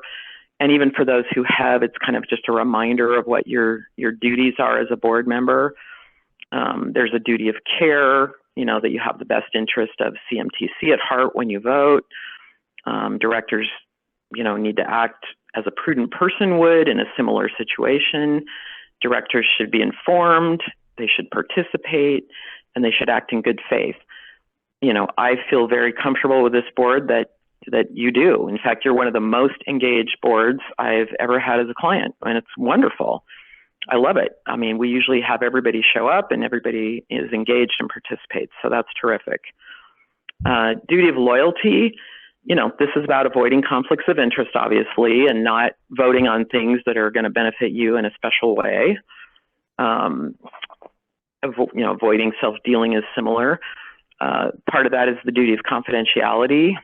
We do have some closed sessions, and obviously you board members are, under a strict duty of confidentiality about what goes on in closed session. And then the duty to support the board publicly, or at least not speak out publicly against actions that have been taken by the board. This has come up for this group before. Nobody's trying to infringe on anybody's freedom of speech, but boards really, once a decision is made, it should be supported by board members. Limiting personal liability. I know none of you board members, none of my clients' board members want any personal liability for anything that might happen, and generally you're not going to have it, and certainly CMTC meets all the criteria. The act or omission was, within your scope of duty, everything was performed in good faith, you didn't act recklessly, and you're all volunteers, which is important, that you're not paid for your service. And then the last criteria is that, damages caused are covered by a policy, an insurance policy. And CMTC has numerous insurance policies. So you're well covered, and I keep an eye on that. But the bottom line is, I believe the board members are well covered and meet all the criteria for not having any personal liability for things that CMTC does. The board really has a duty to be informed about things, not at a micro level, but at least at a macro level. Insurance, staff reviews that and I review that, and I know you have all the right insurance coverage. Articles and bylaws should be reviewed periodically, which I certainly do. Preserving our tax exempt status. Again, I keep an eye on that. It's very important that we don't do anything that would conflict or undermine our 501c3 tax status. Employee issues, we ensure that we've got good personnel policies. You guys see the employee handbook periodically. I make sure that we are hiring people correctly as employees versus independent contractors. There is a strict test in California for that now, and I keep an eye on that. And then understanding that a public benefit corporation like this can do some lobbying, but can never do what the IRS defines as political activity, which is contributing to candidates or campaigns. And of course, we do not do that. And that's it. There's just a little copy of the law that at the end that talks about the personal liability protection that you have under the law. So that's just a reminder for those of you who know all of that. And for those of you who didn't, that can be your little primer on this. Any questions on that? It must be 3 o'clock in the afternoon. You're all awfully quiet. Oh, we're here, I promise. Almost everybody's stuck around so far. That's great. Well, thank you, everybody. Like I said, Mark, I will make sure the others get it. There is a question here from Jennifer Gonzalez. Sorry, I think it's more of a comment than a question, in that we just, in a prior decision, will be changing several board members. So my recommendation is we get to do this again, probably July era, once everybody's in new seats, because while it's always good for a refresher, for new folks, it's even more ideal to get it from the beginning. So that would be my request. Jennifer, I'll just say, and I think I did it with you too. I'd probably find the email, but typically I send these documents right when someone gets on the board, or, relatively soon, schedule permitting. So at least I think they probably get these documents right when they get on the board. Yes, you did exactly that. I think getting them versus going through them is two different things, and the whirlwind of legalities, if you're not used to reading them, might be beneficial. Right. Well, I'm happy to do this whenever the board would like me to. So yes, keep me posted. Thank you, Jill. Anything further?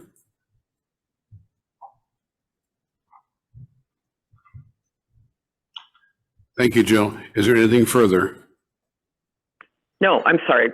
You're welcome, and you can move on to the next item. No action needed on this. Thank you. Next, almost CEO report.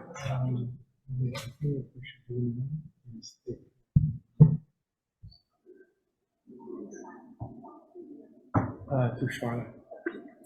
Do you mean back to 18? Because we didn't finish. Right. We're going to return to item 18 because we did not allow full opportunity for all who wish to comment on items not on the agenda yesterday. We moved on from that. So I will entertain any comments from the members of the public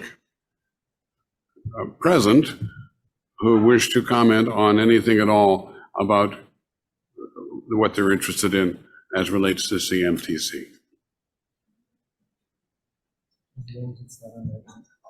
Yeah, as long as it's not currently on the agenda. Thank you. So hearing none, I'll ask for the same from our online visitors. No comments at this time.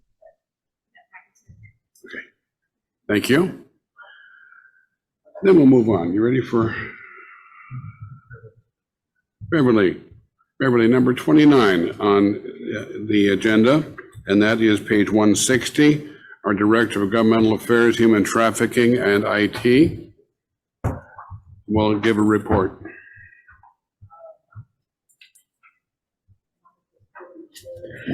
Especially after Joe Bob gave half my report.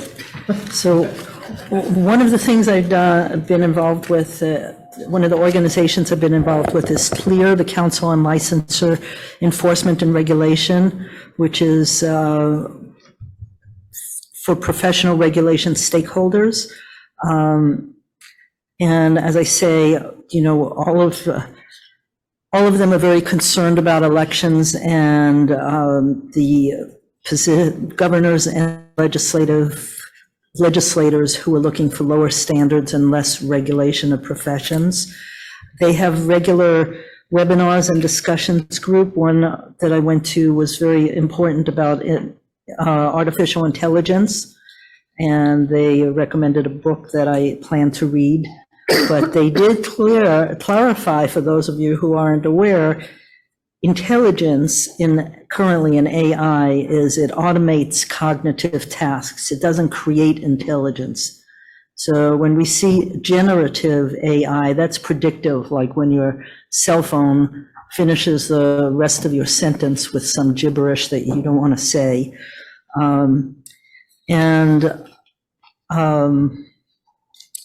I did go to another webinar on regulatory engagement, which was very interested because they did a lot of surveys, or checked out surveys and show that public trust in government is at an all-time low, and how can agencies improve trust through communication. They found that trust in government has decreased by at least 50% since 1960. Only 12% of the public have any idea of what agencies do. 88% are unaware. So they feel that this, the ability to serve the public is compromised when trust is not there. So I also went, so AI, I talk about AI impacting the profession, and already I've been getting calls from cities saying, and from individuals saying, I want to open a massage business. It's going to be robots providing the massage, and I'll just come in and turn them on. And what do I need to open this business? And I say, I need to check with the city. And then the city will contact me, and it's your decision. If you define massage as by a human, then it doesn't fit. But so we'll see, we'll see that, how that goes, and whether the public likes silicon hands using preset algorithms. Other states, the main ones is Maryland has, so unfortunately Bernadette's not here to hear this, but one of the two biggest complaints or biggest problems that licensing states have with massage is unlicensed practice. Maryland, so there's never a level playing field where everybody is regulated. I know that this happens in cosmetology quite a bit as well. Maryland has increased penalties for unlicensed practice to a felony, and that applies to those who aid unlicensed practice. New York considers practicing massage without a license is a Class C felony. Well, California, for various reasons, will never make unlicensed practice of anything a felony, so that will never happen. The Iowa governor eliminated 83 state boards and bureaus and wants every board reviewed every 4 years. And since 2017, states have eliminated more licenses than they've created. Nearly 20% of licenses became less burdensome, including reductions to mandatory education and experience. In June, I reported that the United States Department of Justice, the Federal Trade Commission, and Department of Health and Human Services launched a joint online portal for the public to report healthcare practices that may harm competition. So in local regulations, one of the big was, and this is an example of how we work. The police chief of Riverbank himself worked on the ordinance. He actually works for the sheriff. It's a contract city, but he's a sheriff deputy and a police chief. And they had an exemption, a long existing exemption for reflexology that had a really big loophole So I connected him with a contact that I had for the Reflexology Association of California, because I wanted her to suggest revisions. And then in follow-up, Rick and I talked to the chief and discussed some tools they've been using in an ongoing investigation that we have suggested to Elaine gets included into Operation Get Smart. And then as far as this, what we're really trying to do now is engage the public and the profession in ordinance revisions. And so that's happening right now in Sacramento County and Santa Rosa. Cybersecurity is a major thing, and so I've been spending a lot of time on that. Most of it originally mandated by new requirements for the Department of Justice. And so we now have a managed security systems plan or program, and they nag us with false phishing attacks and required cybersecurity training. But since most breaches are because of users just making wrong decisions and opening things and making their systems vulnerable, it's very, very important. As I mentioned in June, there's been more than the usual discussion of human trafficking and massage, with frustration in the diligence of enforcement. And so some cities are seeing an escalation in illicit establishments due to budget and staffing constraints and less public pressure. That's one reason that a focus on labor violations and trafficking can be so effective, and on the front end training to keep places out. So I believe Amos will talk more about our relationship with the CAST on labor violations. Governor Newsom recently signed a bill to establish within Department of Justice a unit to receive labor trafficking reports from law enforcement and other government agencies.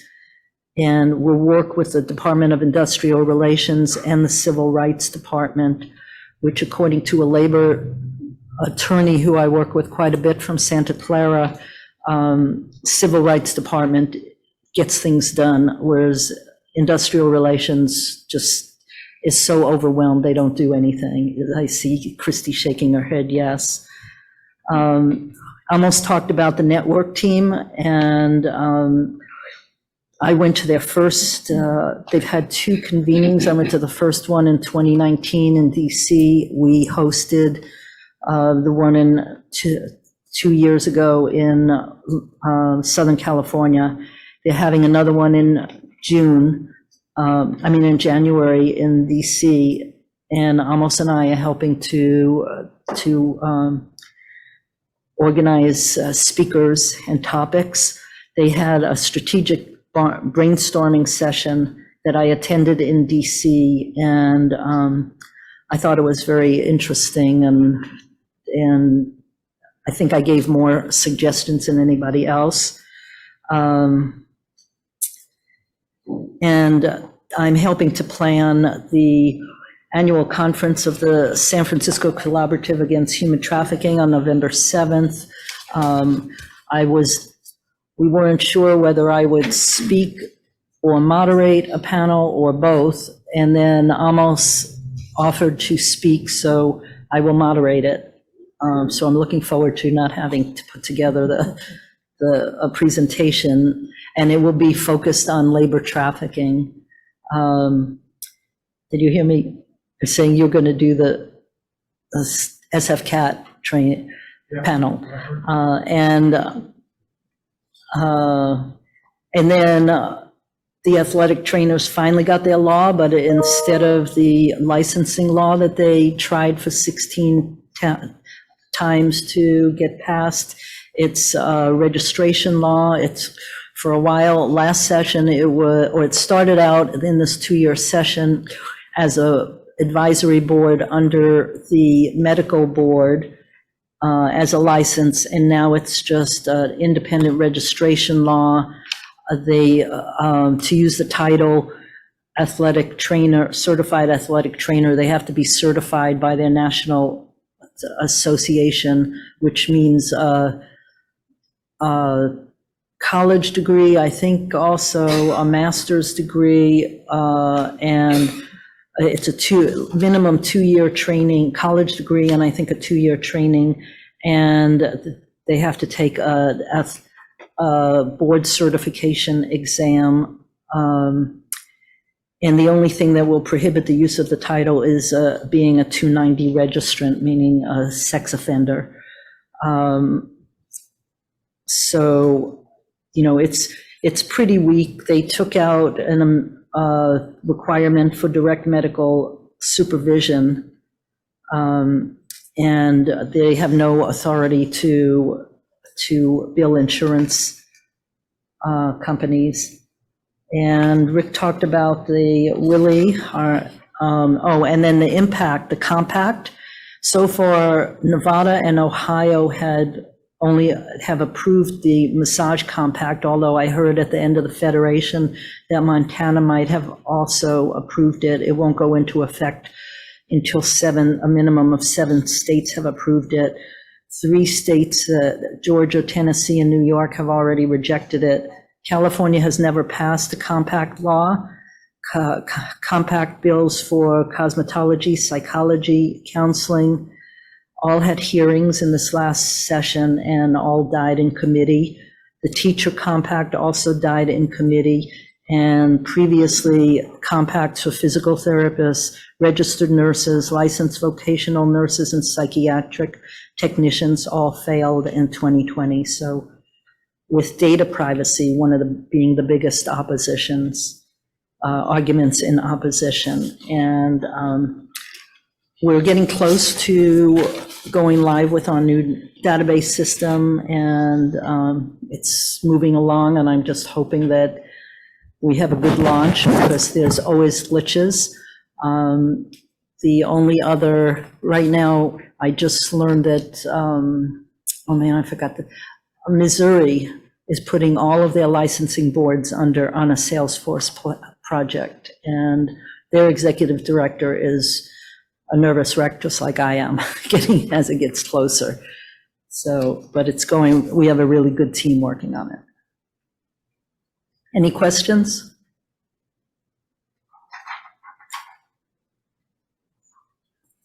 Done. Beverly, thank you for all of the effort and expertise you put into your job. You're an example to all of us. Thank really you. Appreciate your work. We'll move on to 27. 27, CAMTC Career Opportunity Program. Microphone, is that on?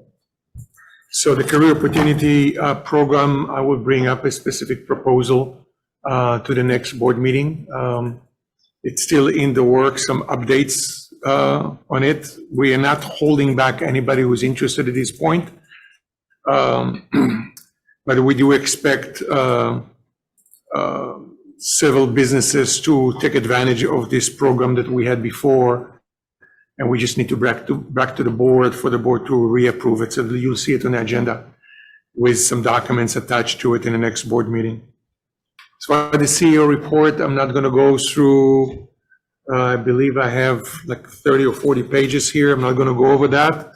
I'm assuming that people read it, and I'm happy to answer any questions about the CEO report. Do you have any?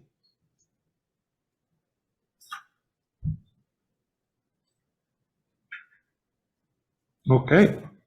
Can move right along. The reason why we have, should I move to 31? Yes.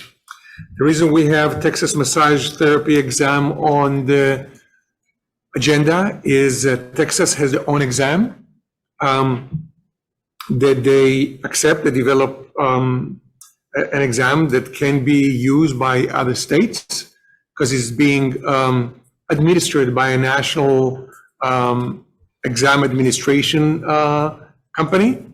And they wanted to come and present to our board. I think they had a conflict in the schedule, so I wouldn't be surprised that that request will be renewed to come back to the board at a future board meeting. And can I move to number 33?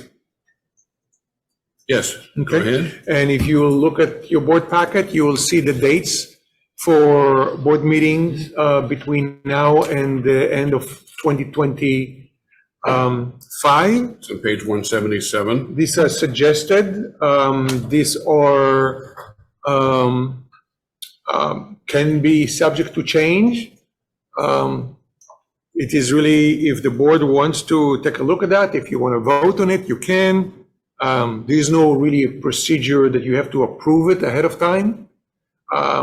Staff works with the chair typically to finalize, and with senior staff to finalize board meetings. And when we send it to the board, of course, our goal is to maximize participation. So, but this is already was placed on CMTC website, so people can plan ahead. But anything we put on our website when it comes to board meetings is always subject to change. If anybody has any comments or any concern on any of these specific dates, please let us know. We'll keep tweaking it. Just a comment of appreciation, because the further out you can block my calendar, the better it is for my life. So I appreciate that. Of course, absolutely.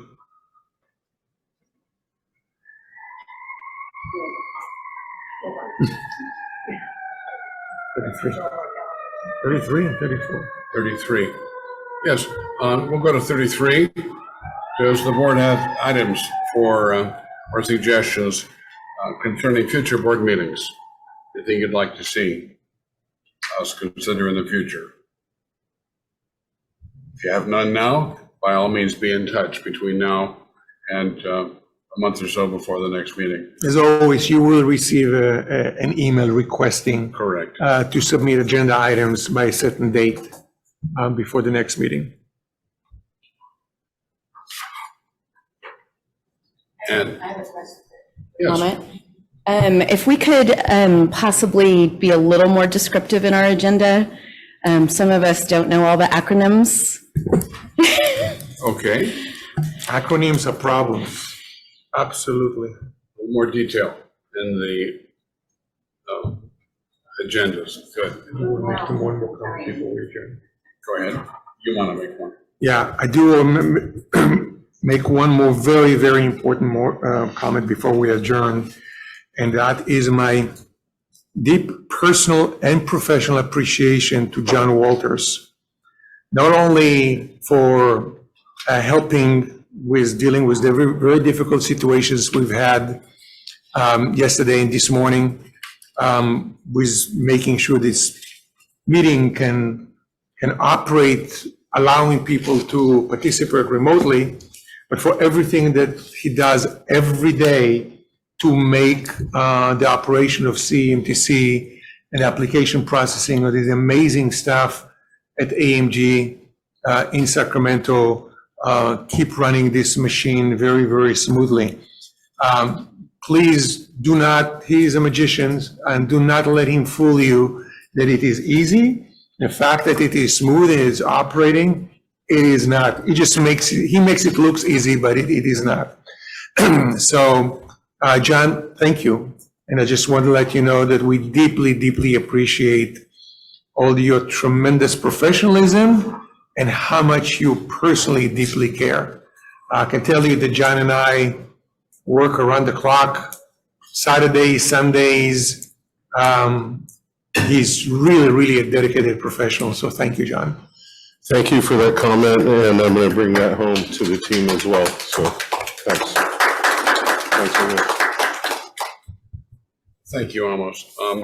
One last concerning item 11, which concerns general counsel selection. I'm going to table that for a future meeting, and we'll discuss that at some time in the future. And one last couple of things to say to the board.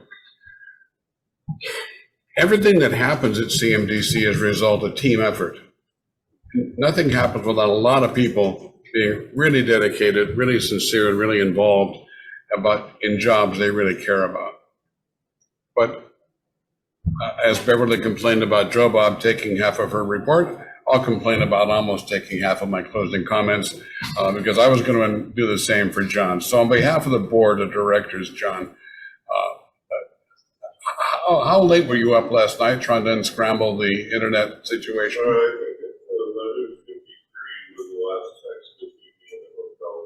Yeah, you were in close contact with the hotel staff. But wait a second, but didn't you also send me a text at 3 a.m.? No, I was letting you know when it came back up, but I waited until I thought you might be out of bed, so I waited a couple hours, yeah. Because he's usually up by 3.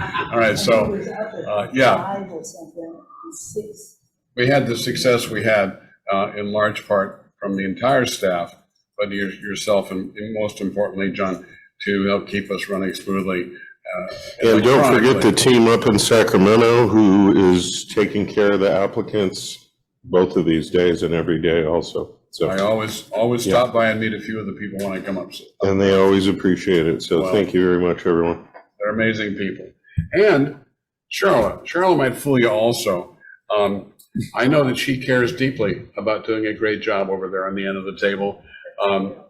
Charlotte, you really, really performed, and it helped to keep things going smoothly. We really appreciate your work. Thank you. If you want to come work with the state. Sure.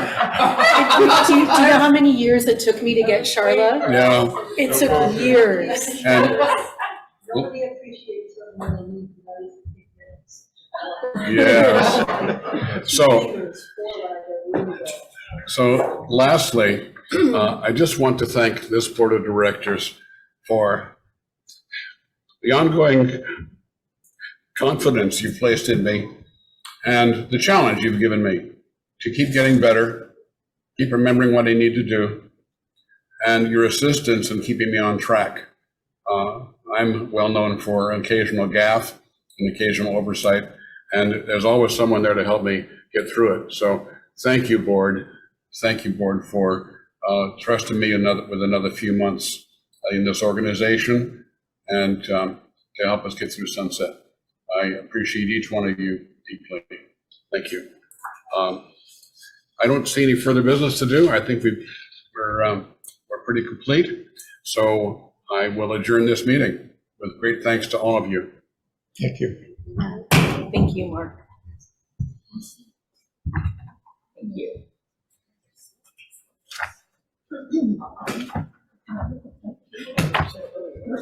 Recording stopped.